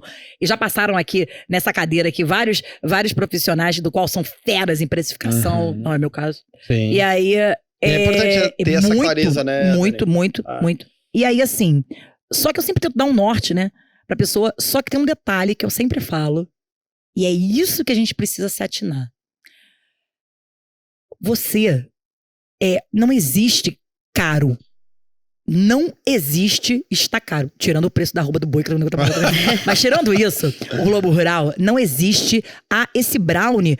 Quanto é que tá esse brownie aqui? Quanto é que tá cobrando esse brownie aqui? Porque 5 por 5 quadrado. Aí vai, R$15. O quê? R$15? A vizinha vende a 5,50. Sim. Você vai encontrar vizinhos que vendem a 5,50, você vai encontrar que vende a 10, você vai encontrar que vende a 8. Só que aí entra aquele lado do qual o profissional, e é isso que eu prezo muito pro meu aluno, que é se a qualidade é boa, se a matéria-prima é boa, e a sua mão de obra também é boa. Assim, e a comida, ela é terrível, porque se você vira pra ele e fala assim, é R$15, sim, é R$15 meu brownie. Aí a pessoa, mas tá caro. Beleza, deixa passar. Aí vem um ranço, né? Tu fala assim, tá caro. Você vai pro inferno, tá caro, caramba, vai comprar de outro. Aí você tem a primeira reação, a reação ariana. Fala assim, tá caro? Vai comprar de outro ali, cara. Compre lá, o problema é seu. Um vendedor pode falar isso? Nunca, em jamais tempo algum. O cliente tem sempre razão, dados os limites do direito dele, né? E aí você fala assim, sim, vamos fazer o seguinte, se você não tiver pelo telefone, né? Mas vamos lá. Prova aqui um pedacinho, o caminho do from hell, pro inferno, né? Highway from hell. Aquele caminho Prova um pedacinho aqui do meu brownie, do meu pão de mel, do meu caseirinho, do meu... Prova. Se você tem essa segurança de que é bom, de que você trabalha com uma matéria-prima boa, a pessoa vai... E fora a outra coisa que aí entra o meu lado mais místico, a energia que você coloca em tudo que você faz. Com toda certeza. E isso vai pra comida, porque comida é energia. Você prova, na hora que você prova aquilo, eita, que é macumba isso. Que isso? Botou alguma coisa nesse negócio aqui? Eu falei, botei chocolate bom. Fé, cara, botei uma forma boa que não lava forma, né? Boa. E aí, falei, botei. É bonito, não é? É bonito, né? A minha forma é bonita, não é? A embalagem é bonita, né? Você já compra aqui com os olhos. Você pode comer com a consciência limpa. Você pode comer com a consciência limpa. E principalmente a confeitaria, ao contrário da cozinha quente, que tem assim, a confeitaria, ela é o plus. A confeitaria, ela é a exceção. Eu sempre falo isso. Você não... Ninguém se alimenta de brownie. Ninguém se alimenta de pão de mel. Ninguém se alimenta de brigadeiro. Ele é sempre a sobremesa. Ele é sempre o presentinho do final da tarde. Ele é sempre a lembrança. Então, se ele é isso tudo... Se ele é aquela sobremesa que você tá saindo do almoço e tá no balcão ali pra pegar um pedacinho de brownie do cão. Tu fala, ai meu Deus do céu, vai minha dieta, acabou. Tu pega aquele pedacinho, tu pega aquele bombonzinho, a trufa, né? Você pega aquela trufa ali, você leva pra sua casa. Isso é exceção. Se é exceção... É uma experiência. Tem que ser bom pra caramba. Se é bom pra caramba, não tem preço. Não tem preço. E aí, é isso. É um conjunto de coisas, né? É bom produto, boa matéria-prima, é você saber vender. E aí você vai tirando aqueles preconceitos de que tá caro, de que vai vender. Você vai tendo uma segurança, né? Que é isso... que eu acho que às vezes falta no iniciante, no confeiteiro iniciante, é essa segurança de a pessoa virar pra você e falar que tá caro, que a pessoa fala assim, tá caro, e você virar pra ela e falar assim, pô, você não prova o meu. Ah, mas eu não quero. Ok, e tá tudo bem, você vai vender aquilo ali, né? É essa mesma segurança que eu busquei a vida inteira pra ser uma professora e a pessoa me perguntar, me virar do avesso, me sabatinar, porque é isso que eu busco, me sabatinar sobre qualquer item, sobre qualquer dentro dessa área, e eu raramente titubear naquilo que eu respondo. Por quê? Porque eu estudo a função do ovo, eu estudo a função do chocolate, eu estudo a função da farinha, eu estudo a função da gordura. Sabe a ciência. Eu sei a ciência, eu sei a ciência numa trufa, eu sei a ciência num brownie, eu sei a ciência inclusive num bolo, que o pessoal fica brincando que eu não faço bolo, eu faço. Eu não sou muito fã, por conta de, eu já fiz muito. Mas meu coração não dispara ali, vamos dizer assim. Mas eu sou fã de brownie, né? E depois de tudo vem a parte da valorização. E aí, exatamente. Se você sabe qual valor tem o seu produto, você vai afirmar que é bom. E aí, até pra eu dar aula. Até pra eu dar aula. Mas eu acho até que tem que ter uma certa estratégia, assim, que foi, por exemplo, a própria estratégia da Callebaut. Você tem o chocolate top de linha e tudo mais, enfim. Só que se o mercado, às vezes, pede algo mais barato, adequa ao preço. Custo-benefício. É o que fazemos com as formas. A gente tem a Plump, lindona, maravilhosa, e tem um bolo de leite. E a gente tem a Craft lá, mais simplinha, quer fazer um bolo de fubá, a precificação é menor, usa essa aqui. Sim. Porque é isso, tem perfil de cliente de tudo quanto é tipo, né? E eu achei muito interessante essa estratégia da Callebaut com a Cical, porque você acaba se adaptando, e mercado é isso. Mercado é servir às pessoas. Beleza, tem gente que quer ter uma baita experiência, Sim. E tem gente que só quer comer um doce. Quer comer um doce pra matar, só quer matar a vontade. E que mal sabe ela que é a experiência que ela tá procurando, né? Ela acha que é só um docinho pra matar a vontade, mas é a experiência. Sim, coisa rápida. Né? Mas eu acho que a experiência, Shir, eu acho que ela, você quer ter ela de vez em quando, uma experiência mais marcante, digamos assim. Você quer um final de semana, às vezes, e no dia a dia, às vezes, a pessoa, pensando bem grosseiramente no que o público pensa. Sim, sim. Porque às vezes na correria ele não quer parar e sentar pensar. E deliciar. Então ele quer um chocolatinho mais... Quer a glicose. Quer a glicose, exato. Ele quer aquela recompensa imediata mesmo e tal. A larica. Sai da night, foi preciso de um docinho de um brownie. Qualquer doce ali vale a pena já. Se você enfiar a colher no açúcar, tu não já precisa come. Ser o baita doce. Então, eu acho que a confeiteira, ela tem que entender isso. Ela tem que ir pra uma linha de tipo, cara, eu tenho o que é bom, eu sei fazer o que é bom, né? Se for nessa linha de sugestão da Dani, eu estudei pra isso aqui, eu sei o que é bom. Mas também não dá pra gente se fechar nisso. Por quê? Porque às vezes o cliente não é só isso que ele quer.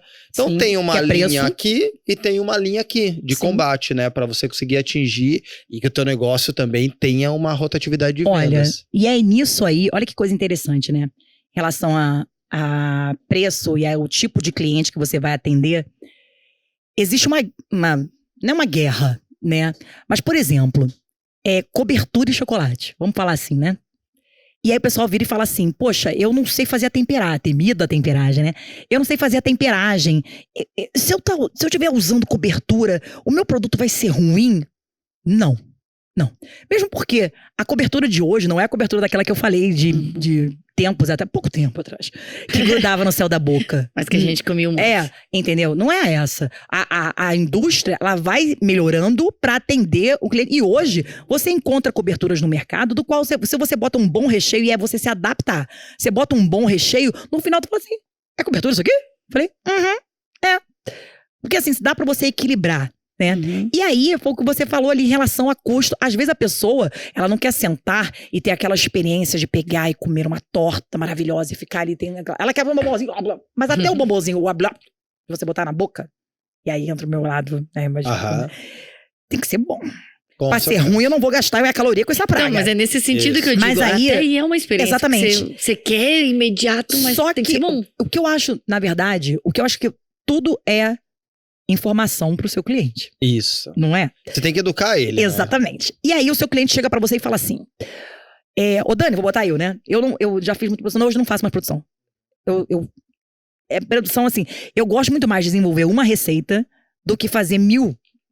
Onde é que tá o dinheiro? Normalmente onde tá o 1000, tá? É isso. É isso aí. Mas o dinheiro tá na produção, tá? Mas eu curto o ensinar e a ciência. O dinheiro tá no 1000, tá? Então vamos embora trabalhar. E aí,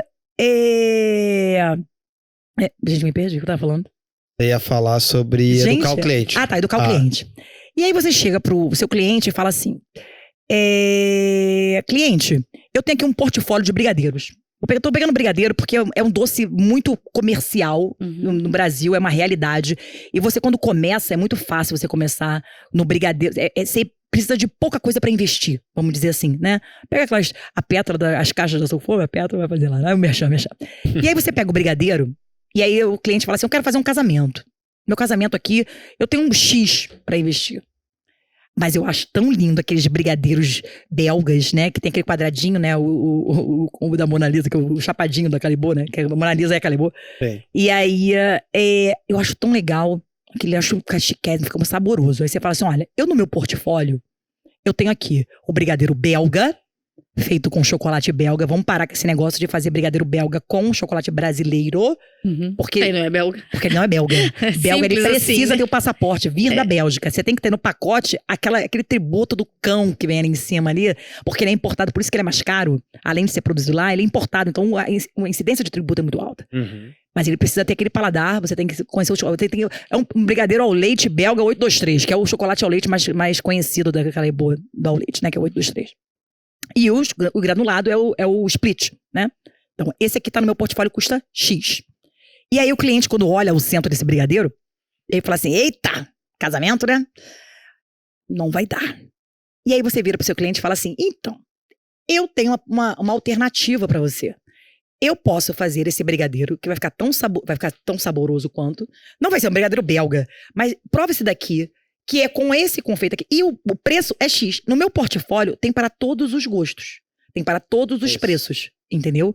O que eu acho que o empreendedor, a quem está começando na área, eu vou bater sempre nisso. Por mais que seja o preço mais baixo, e dá para você compor, dá para você ir agregando, né? De forma que no final o preço não seja tão exorbitante.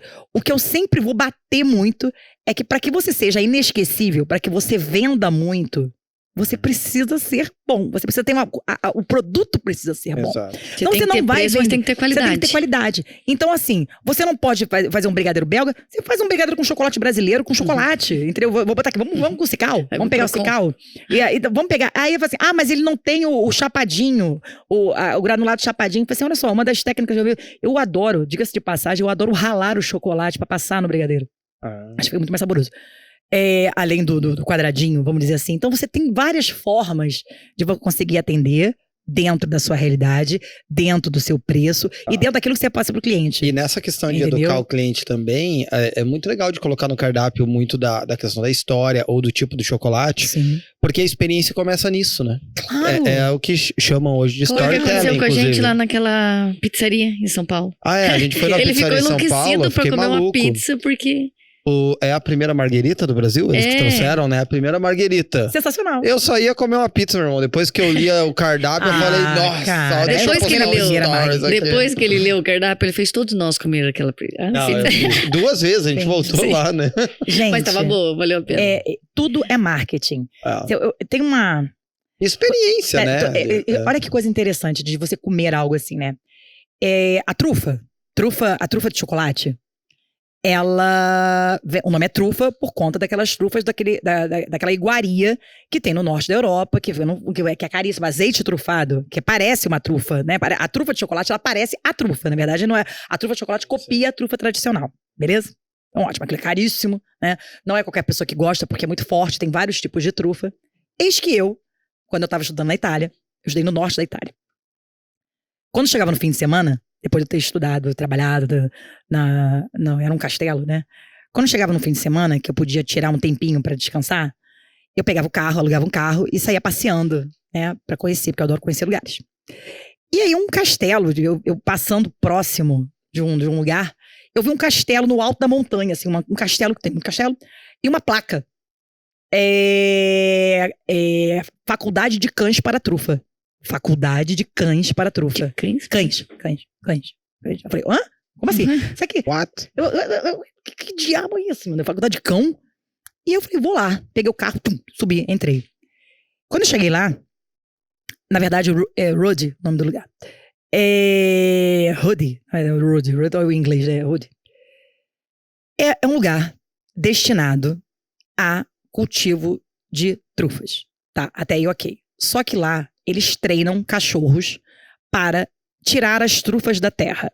Porque acontece, normalmente os javalis, quando tiravam as trufas da terra, eles machucavam a trufa. Eles não sabiam, porque é um javali, não dá o javali assim, era só um cuidadinho, com licença.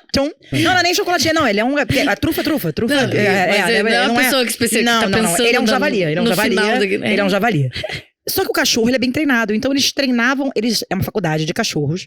E ali é a primeira faculdade de cachorros para colher trufas, onde o cachorro consegue tirar a trufa de baixo, sem machucar as trufas. E aí você vai andando pela cidade, tem estátuas de cachorro, assim. E lá tem... lá tem uma experiência de você comer uma pasta. Eu fiz um estudo no fim de semana, fiz um curso lá de pastas de macarrão, que é o único lugar que tem a trufa treinada por cachorros, recheada por cachorros. Eu falei, gente, que trufa é essa? Eu preciso viver a experiência de comer um macarrão. Detalhe, eu não gosto de trufa. Aí, da trufa, eu acho muito forte. Eu gosto da branca, da Black Verano, nem a branca, que é a mais suave. E aí eu falei assim, eu preciso comer esse macarrão com essa trufa, porque é a primeira faculdade de cachorro, uma faculdade de cachorro. E a cidade toda provavelmente deve ser do tamanho daquele parque ali. Mas é ligada a nisso, ela vive em função disso. E você tem uma experiência. E eu poder estar estudando, ela falou, gente, eu vou estudar num lugar que tem uma faculdade de trufa. Inclusive, eu aprendi a usar trufa no chocolate. Né? Então, assim, tudo é o lugar que você vai comer. Aquilo ali poderia ser um macarrão normal, uma pasta com azeite trufado, qualquer. Mas não, eu estava num lugar que tinha uma faculdade de cachorro que colhia trufa. Isso eu, meu Deus então, do céu, assim, comeria na hora. Você comeria? E assim, você nem gostava de comer. Aí assim, agora já quero ir. Eu quero ir lá. Onde é que é isso aí? O Rudy é no norte da coisa. Então assim, você estar num lugar, você saber que o seu produto tem uma história, você saber que ele carrega não só a história, é interessante pra outra pessoa, ela saber. E aí, pra mim, que sou professora, pra mim que gosto de... Eu gosto, tem uma coisa que me dá, e quem me conhece sabe disso, não tem coisa mais prazerosa pra mim do que eu ver a criatura superando o criador. Eu ensinar algo pra alguém e que ela se torne mestre é bom quando sensacional. É superado, né? Eu tenho uma aluna, que ela hoje mora em Portugal, não vou falar o nome dela, assim, porque eu não tenho autorização pra falar, mas ela foi uma das minhas primeiras alunas de macarrão. E que é todo mundo tem dificuldade, foi isso aí. E ela aprendeu comigo macarrão, e depois ela foi desenvolvendo. O macarrão dessa menina, ela foi pra Portugal, é uma coisa tão... nem sombra de dúvida que eu chego na perfeição.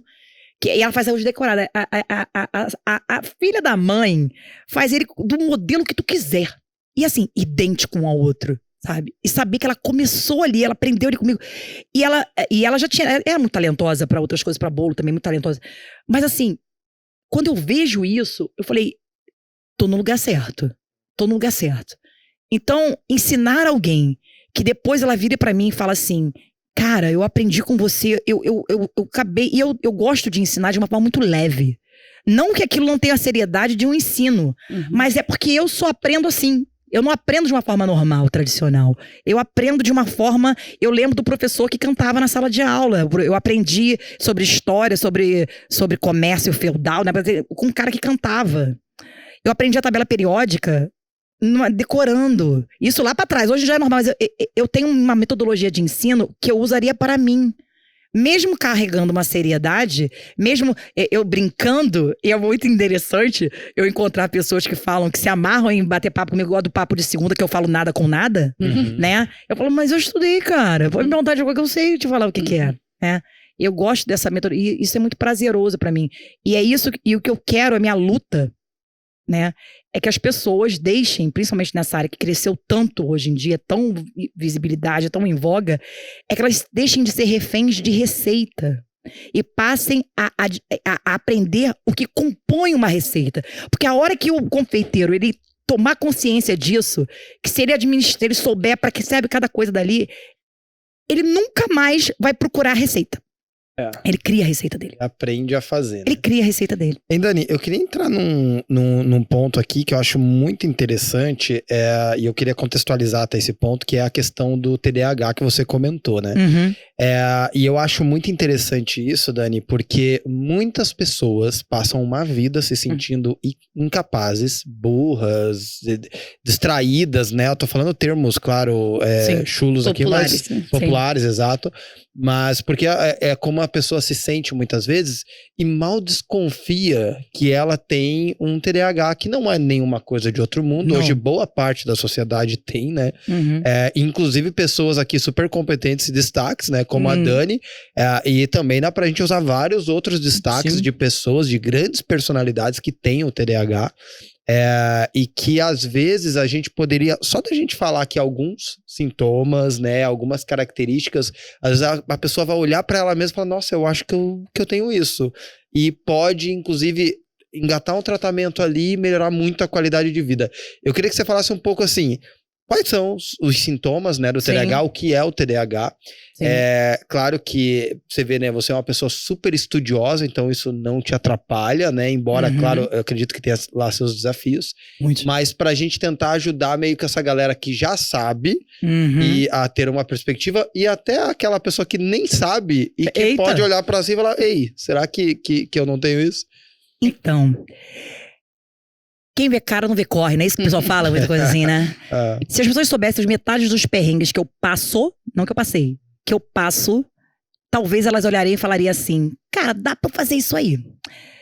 Eu fui diagnosticada com TDAH em criança. Na verdade, na minha época, se chamava de disritmia, né? Não existia esse termo, TDAH. O TDAH é transtorno déficit de atenção e hiperatividade. Você pode ter um ou outro, ou pode ter os dois.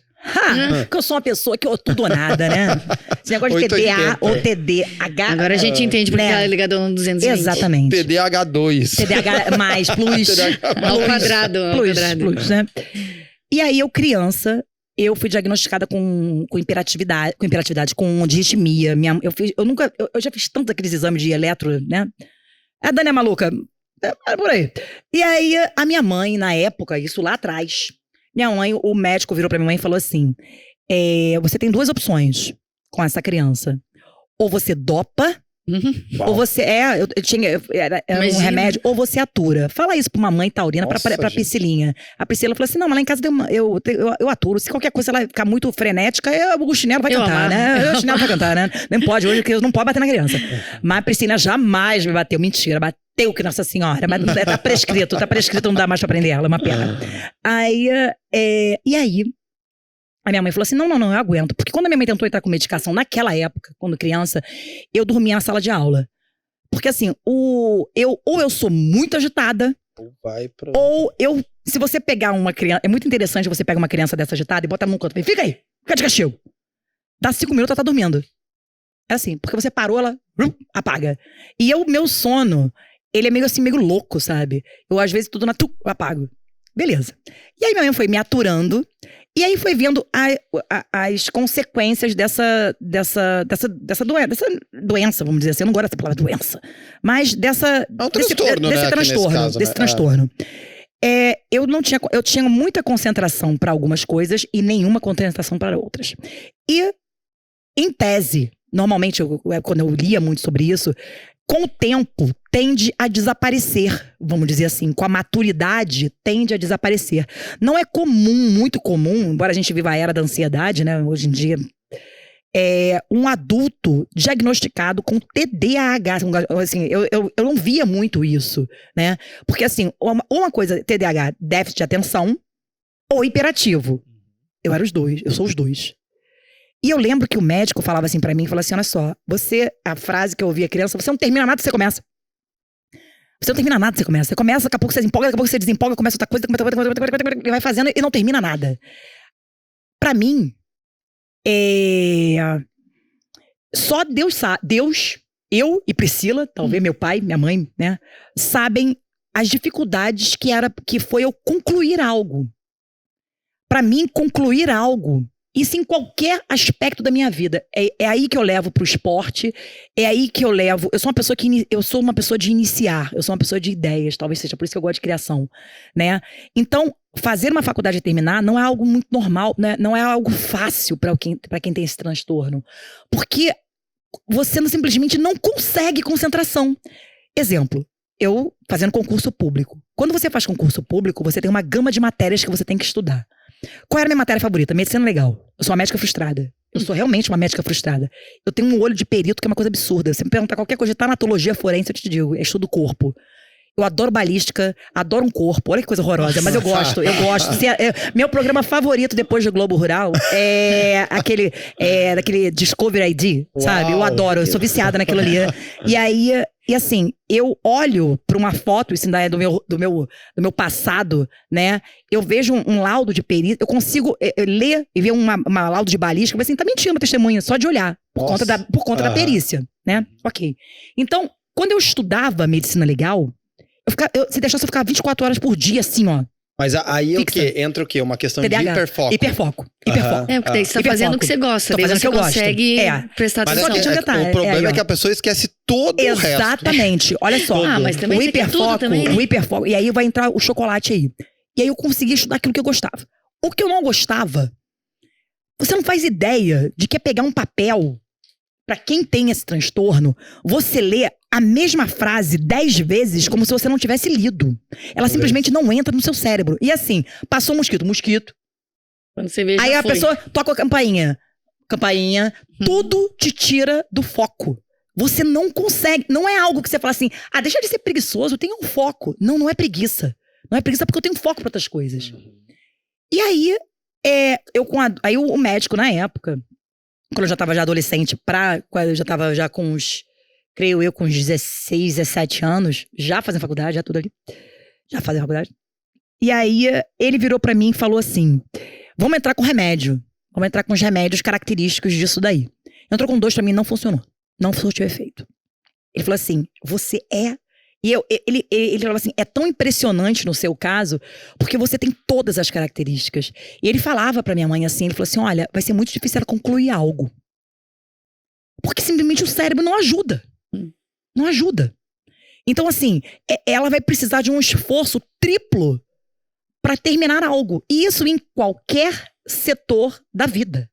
Profissional, emocional, familiar, esporte. Pra tudo. Mas também era um desafio, né? Só que mas isso, olha só, aí entra a minha personalidade, aí entra a minha vontade, né? E aí quando eu, por exemplo, no chocolate, dentro da confeitaria, eu falei, eu não gosto de bolo, né? Eu não gosto. Só que assim, se eu botar uma meta, eu tinha uma meta. Vou falar agora uma coisa dele. Existia uma revista antiga chamada Cake Design. Acho que não sei se ela ainda existe. Isso, lá atrás, essa revista, todas as grandes cake designers queriam aparecer. Já tiveram pessoas aqui nessa cadeira que já apareceram, que são sensacionais, nessa revista. Na época da pasta americana, trabalhava muito pasta americana, não eram bolos, eram verdadeiras obras de arte que eu falo aquilo ali. E a minha meta de vida era aparecer naquela época, era aparecer nessa revista. era meu bolo estar lá. E eu consegui. Depois eu consegui, acabou, não quero mais. Entendeu? Com Sério, qual bolo que você apareceu lá? Eram 3 baldes, sim. Uma capa, a capa dessa revista era uma capa rosa. Eu não lembro, me perdoe, mas eu não lembro quem era a cake designer da capa. Era um bolo lindo, cheio de ursinho. Meus bolos eram um bolo de casamento de mar, que eram 3 baldes de areia, que tinha umas tartaruguinhas em cima de noivinho. O outro era um bolo das princesas, que era conceitual, que era o vestido das princesas. Tinha um outro bolo que agora não tô lembrando. Agora 2, 5, 4. Eu não tô lembrando, mas são 3. Olha ela. Não lembro. Bom, essa edição, a capa rosa. Eu lembro que meu pai, meu pai tinha muito medo que eu abandonasse o direito pra confeitaria. Eu nunca vou esquecer. Ele falou, não gosto disso, não gosto. Falava assim pra mim. No dia que saiu essa revista, meu pai comprou 10. Essa revista era cara. Meu pai comprou 10 revistas, eu distribuí pra todo mundo. Eu falei, eu só não gosto realmente. O teu pai era do rolê, não quero. Tá, você vai, nossa, ok, minha filha. Meu pai é libriano, sendo libriano. Ele só não queria dar o braço torcido. Exatamente, né? E aí, mas a filha dele estava na revista. Você entende? Aquela vaidade, assim. E aí, o TDAH, mas no chocolate, quando eu estou trabalhando, quando eu estou criando no chocolate, quando eu paro pra fazer o chocolate, pode cair uma bomba do meu lado, que eu estou assim, ó. Eu fico um autômato fazendo ali o negócio. É o hiperfoco. É o hiperfoco. E aí, no meu caso, a hiperatividade. No meu caso, o que prejudica? E aí eu tive que aprender a lidar com isso. Aprender a ser eu. Não é fácil. Porque assim... De muito autoconhecimento. Né? E assim, muito controle. Tipo, eu sou estabanada. Eu sou esse copo aqui, eu fico assim, vai pra cá porque perigo ele voar longe. Porque eu sou espalhafatosa falando, eu sou agitada. Mas é o autoconhecimento, né? Exatamente, eu me conheço, vem pra cá, vai pra ali copo. E aí, eu nas lives, sempre vou um negócio longe. Eu quando tô, o meu cérebro, ele tá sempre Mas eu acho que o meu irmão mais novo tem isso. Você nunca senta numa mesa com ele se um copo não cai. Sabe? E as coisas voam sem... Mas, gente, tem algum espírito aqui, porque eu não esbarrei nisso. Aí se você pegar o vídeo, você esbarrou sim, olha aqui, tô esbarrando. Mas foi tão rápido que eu não vi. E aí, eu tive que começar a me conhecer, saber o que eu podia mudar, porque senão, assim, isso me prejudica, sim, no meu sono. Na verdade, esse é o meu problema. É o sono, que eu durmo, mas eu não durmo. Então, é uma coisa muito séria, e isso tem que ser controlada, e eu não tomo remédio. E aí, eu comecei a achar outros focos para que essa hiperatividade se concentrasse em algo produtivo. Esporte. Né? Eu gosto de esporte, só que aí assim, eu gosto de esporte, o que combina com a hiperatividade. Só que em contrapartida, eu tenho aquele problema de começar e não terminar. Então eu me empolgo muito, daqui a pouco eu desisto, daqui a pouco eu começo, daqui a pouco eu desisto. E aí, o que eu fiz? Nado no mar, todo mundo sabe que eu nado no mar, tô sem nadar, né? Vamos dizer assim, eu tô sem competição desde 2018, né? Foi a minha última competição em 2018. E a minha linha trajetória no mar foi muito rápida. Né? E eu me descobri, eu sempre gostei de nadar na piscina. E no mar foi uma coisa que eu descobri aleatoriamente, sempre gostei muito de mar, mas eu nunca imaginei que eu pudesse nadar no mar, competir no mar, né? E vou mais além. Só que o mar, depois o meu neuro, o meu médico, depois conversando com ele falou assim, você conseguiu descobrir ali uma forma de controlar esse cérebro. Por quê? Eu sou, no mar, hoje eu falo eu sou porque eu fui, né? Eu tento voltar. Maratonista. Ultramaratonista, na verdade, né? E olha que coisa interessante. Eu que sou acelerada, eu que sou correndo, não sei o quê, no mar, pra mim, só funciona se eu nadar 2, 3 horas, 4 horas, 5 horas no mar. Meu Deus. Por quê? Eu não sei o que acontece no meu cérebro. E ali, quando eu botei na cabeça, eu falei assim, isso aqui eu tenho controle. Eu tenho uma frieza muito grande nessas situações, assim. Outra característica interessante. Na hora que a bomba tá estourando, eu seguro. Vamos administrar, vamos resolver. Por eu ser muito ativa, eu consigo resolver. Eu sou boa de resolutiva. Eu sou uma pessoa que resolve as coisas. Foco na solução. Eu sou assim. E aí no mar, eu falei assim, beleza. Vamos ver o seguinte, eu tenho um desafio. Você precisa nadar 5 quilômetros. Você precisa nadar daqui até aquele ponto lá. Na minha cabeça, concluir isso era algo de começar e terminar algo. Sabe? Isso veio se refletir. E aí, porque assim, eu nunca Eu nunca, eu quase morri. Mas eu falei assim, eu não vou desistir nunca quando eu estiver no meio de uma competição. Se eu estiver passando mal, eu vou morrer. Olha que coisa louca. Eu falei, eu vou morrer. Porque daqui eu não saio de jet, eu sempre falei isso. Eu sou a última, eu saio carregando a boia, mas eu saio. Porque isso é muito mais importante pra mim do que o esporte. É a conclusão de algo que eu comecei e eu terminei. E tudo isso, toda essa dificuldade de começar algo, eu tinha o objetivo de ir na Suíça, estudar chocolate e concluir. E sair com o meu diploma.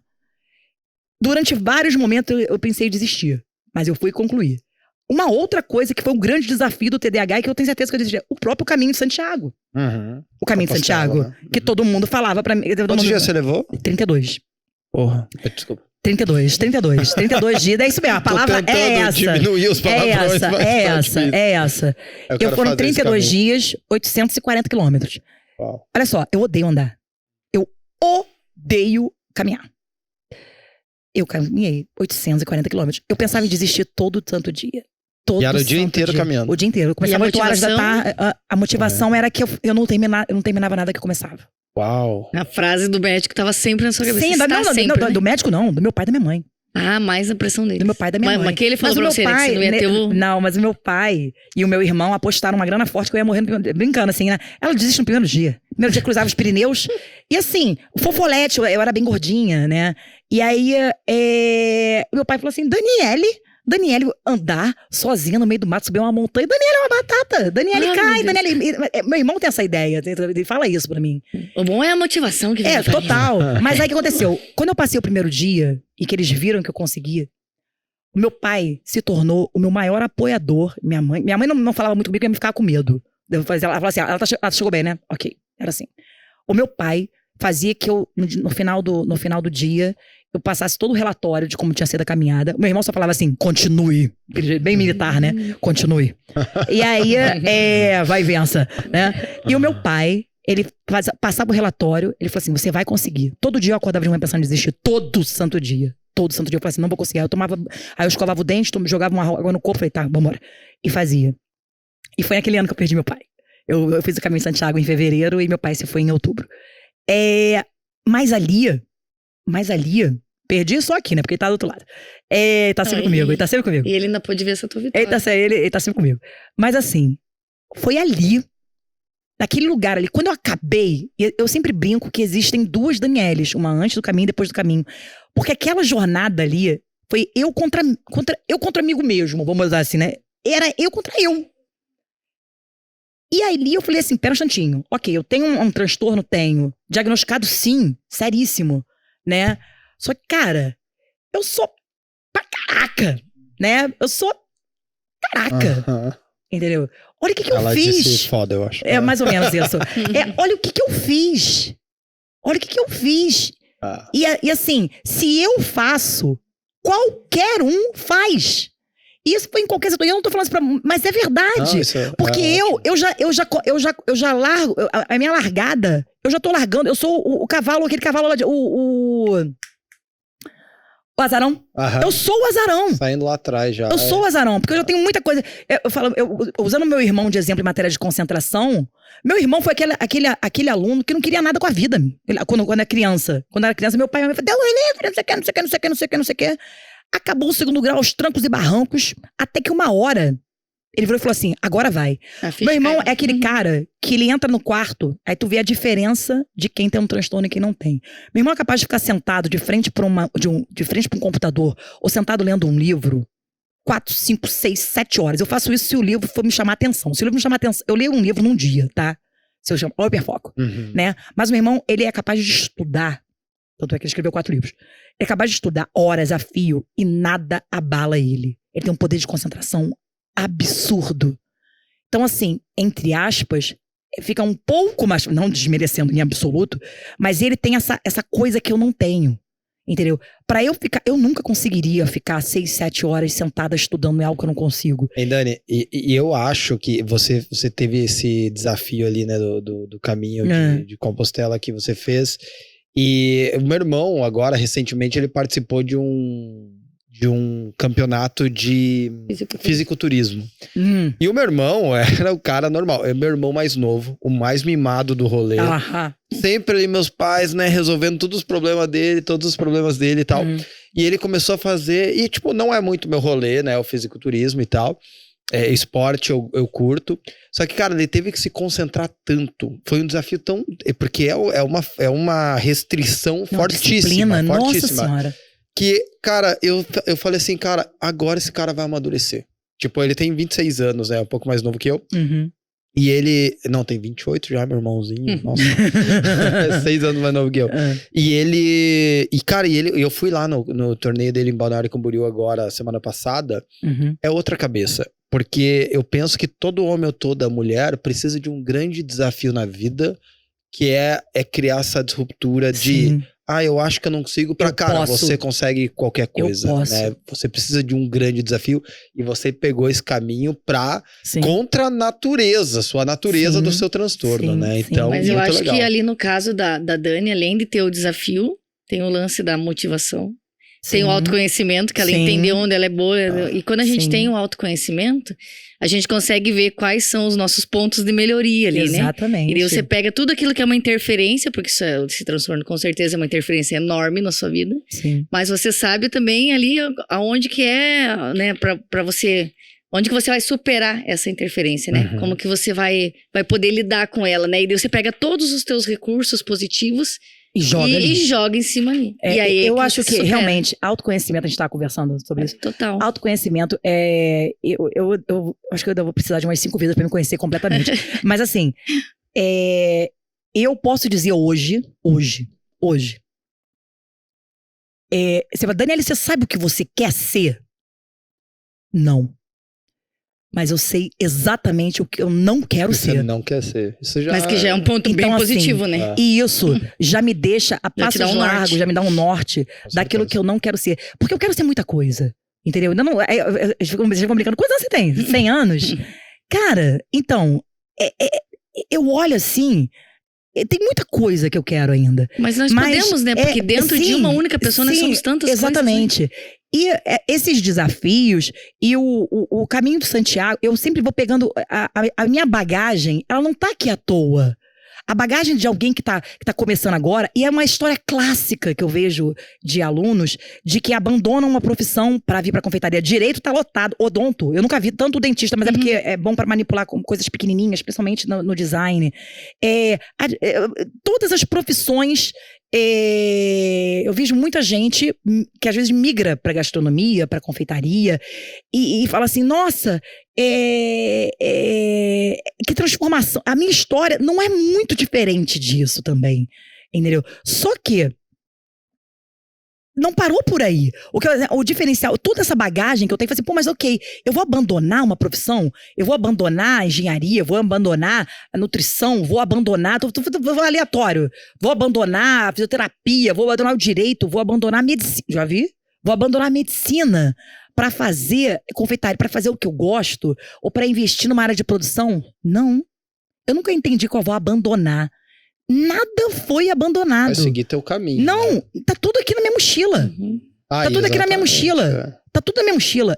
O direito, ele precisa, sim, não pra ver o contrato do que eu assino também, porque, caso de Ferreira Espeto de Pau, eu detesto ler contrato. Não era nem a minha área.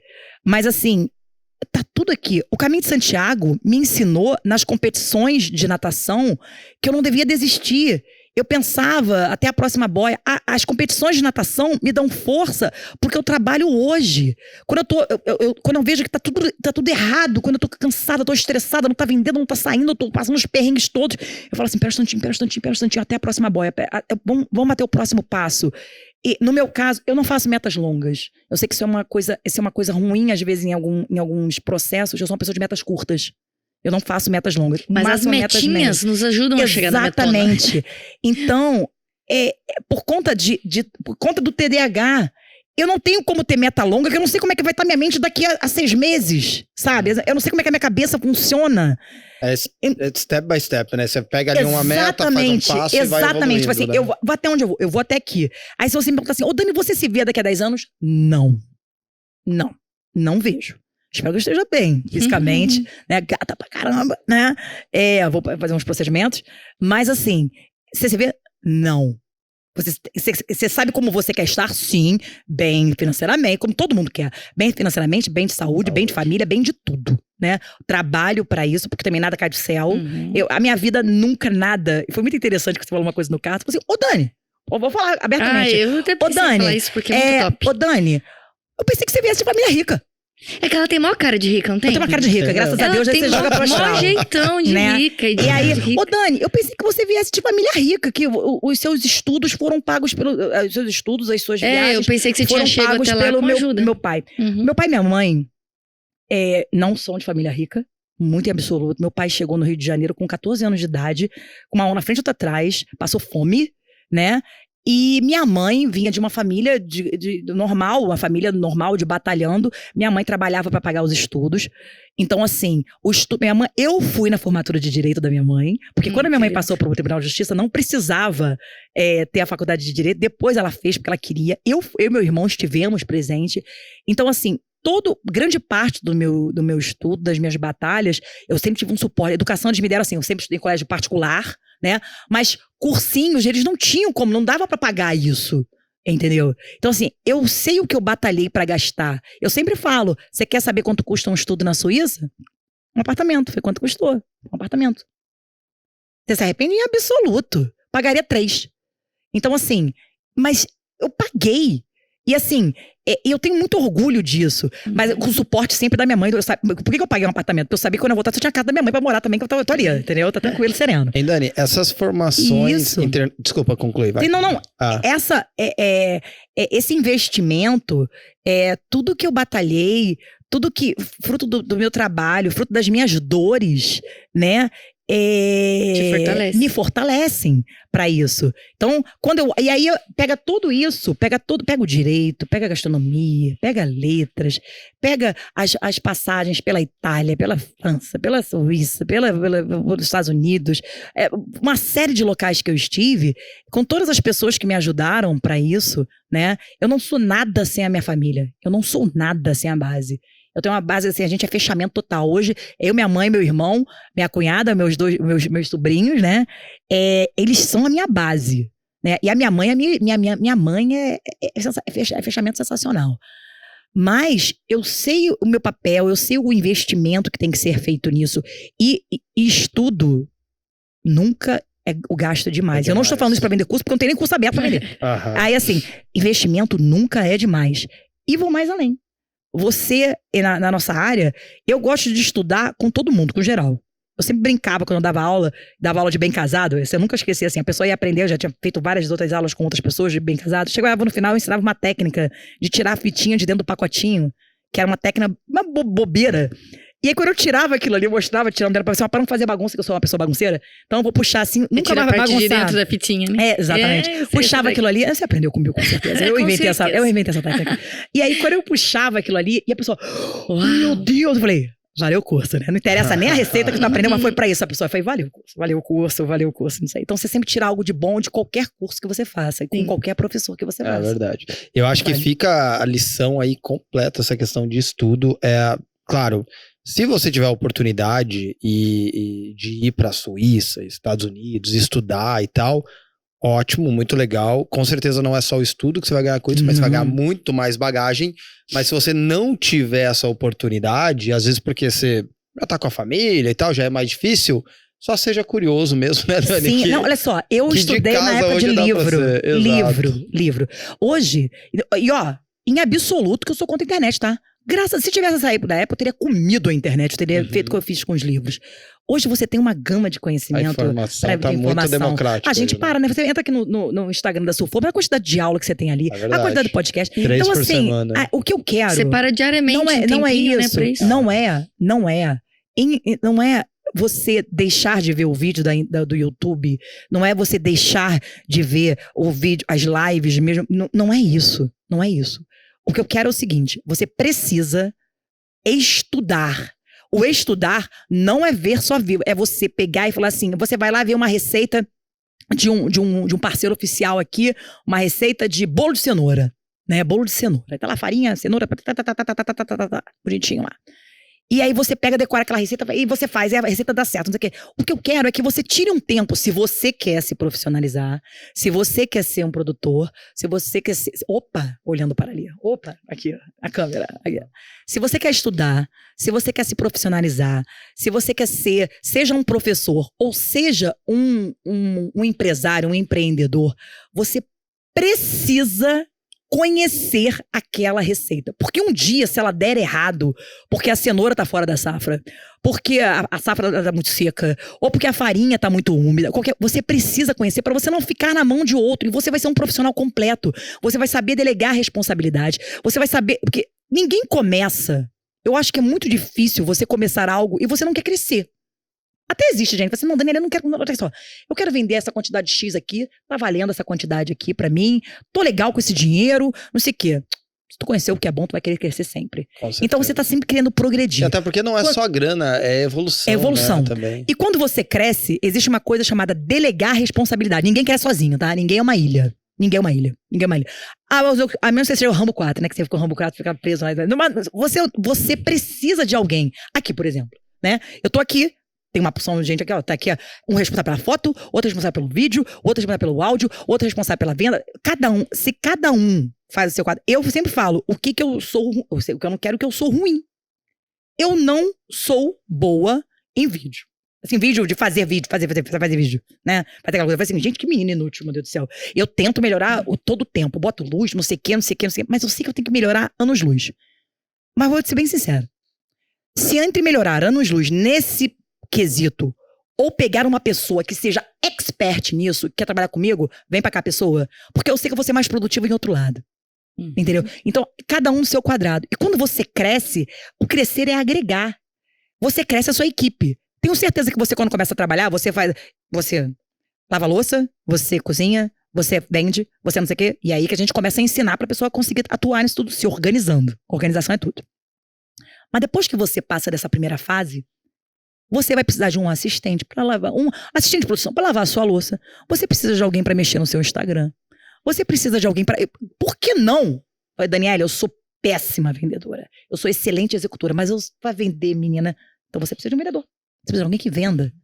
Então, assim, o crescer é isso. O crescer é você ir agregando. Só que você só consegue crescer, e eu falo, qual é aquela frase clássica de quem tem negócio? O negócio só cresce com o olho o gado só cresce com o olho do dono, não é isso? Então, você é um excelente líder se você souber fazer, entre aspas, tudo aquilo que você manda. Então você pode ter uma fábrica de bolo de cenoura. Você sabe fazer exatamente aquele bolo de cenoura. Se você sabe exatamente para que serve a função da farinha, não sei o que, você vai saber delegar a função. E se der problema, você fala assim, ajeita aqui, porque você já passou por aquele trajeto. É isso, você tem que aprender até para mandar. Até para delegar. Então, o conhecimento, ele te traz essa liberdade, né? Verdade. O conhecimento te traz essa liberdade de você... Eu não sou boa, vou dizer assim, eu não sou expert no vídeo, mas eu sei como faz. Eu sei como faz. Eu sei o que precisa. Se der um jabu, eu vou fazer. Eu vou fazer. Mas pra que você vai ficar... Perfeito é melhor que o perfeito, né? É, sim, mas então, por que assim, você vai ficar gastando sua energia se você pode delegar? Exatamente. É aí que tá o ponto que você tá usando. E aí, o que eu quero é que a pessoa conheça isso tudo, conhece os ingredientes, conhece pra você deixar de ser refém de uma gente. Sabe por quê? Porque se você não fizer isso, se você não conhecer a fundo e você não sair daquela caixinha, você não vai durar. Você não vai durar muito tempo. Sabe por que não vai aguentar? Porque você não vai aguentar a pressão. Vai chegar uma hora que vai dar errado. Vai chegar uma hora que você não vai vender. Vai chegar a fase que todo mundo passa por fazer um em todo mundo. E tem que passar porque é muito mais fácil aprender na dor do que no amor. Quando eu digo fácil, assim, você aprende mais rápido. Na pancada, né? E aí, no amor, você leva mais tempo pra aprender. E aí, quando você pega exatamente, você tem esse feeling, né? Esse conhecimento, vai ficar tudo muito mais fácil depois de você passar essa fase. Senão você não vai durar. E aí eu escuto 700 pessoas falando assim, eu desisti da confeitaria que não dá dinheiro. Filho, é o lugar que mais dá dinheiro que tem. E não dá pouco, não. Dá muito. É verdade, é o lugar que mais tem demanda. Dani Novo, muito obrigado. Cara, falei pra caramba, vou ficar até amanhã de manhã aqui falando. Não, cara, vou deixar esse podcast 6 horas. É muito conhecimento, cara, muito conhecimento reunido aqui, né? Alguns países de conhecimento. Mas, Dani, muito obrigado, né? Muito obrigado pela visita aqui em Curitiba. Opa, infernizei pra vir. Infernizei. Não, mas a gente tá muito feliz. A gente gosta muito aí do teu trabalho também. Muito técnico, né? Sempre com muita base. Isso é muito legal. Eu acho que pro Brasil é um ganho muito grande a gente ver pessoas que cultuem o conhecimento, que valorizem isso, que mostrem o quanto tem valor isso. Então, muito obrigado. Eu que agradeço, obrigada. Muito obrigada pelo dia, foi maravilhoso ter você por aqui. Adoro viajar, né? Rapidinho aqui, né? VaptVupt, obrigada, eu agradeço. Obrigada, galera, aí, ó. Queria bater o recorde aqui do podcast, aqui à noite, né? Obrigada. Eu que ser parceira eu sou parceira de marcas da qual eu realmente acredito. E eu já conheço há muito tempo, você é uma parceira oficial aí da Surformas. Adoro a cor, tem tudo a ver comigo. Eu que agradeço. Obrigada, galera aí, ó. Galera, obrigada. É Mauro o nome dele. O nome dele é Mauro, né? Mas, gente, muito obrigado. Vocês podem assistir esse... gata, né? Eu assisto Formascast sempre no YouTube, no Spotify. E a gente tem um canal de cortes, 2 canais de cortes, né, Bianca? A Bianca tá me lembrando aqui, a gente tem um no Instagram, que é o @Suformascast. Sigam a gente lá. E também o canal de cortes no YouTube. Além do canal oficial Suformas, que você pode assistir esse podcast. Se você não pode assistir, quer escutar treinando, quer escutar correndo ou trabalhando, fazendo aquele bolo, coloca no Spotify. Toda terça não, a cada 15 dias, né, Gui? Sempre fala errado. Sempre meio-dia sai um episódio. Novíssimo, fiquem ligados nas nossas redes sociais. Dani, tua rede social é? @chefe com F mudo, Dani Novo, Dani com Y, não vou ficar velha nunca, hein? @chefe Dani Novo. Tá bom? Se decorar isso, Bianca, já fiquei fácil. gata nas fotos, né? Fiquei gata. Valeu, gente. Obrigadão, até mais. Beijão, Tchau, até tchau, mais. Tchau.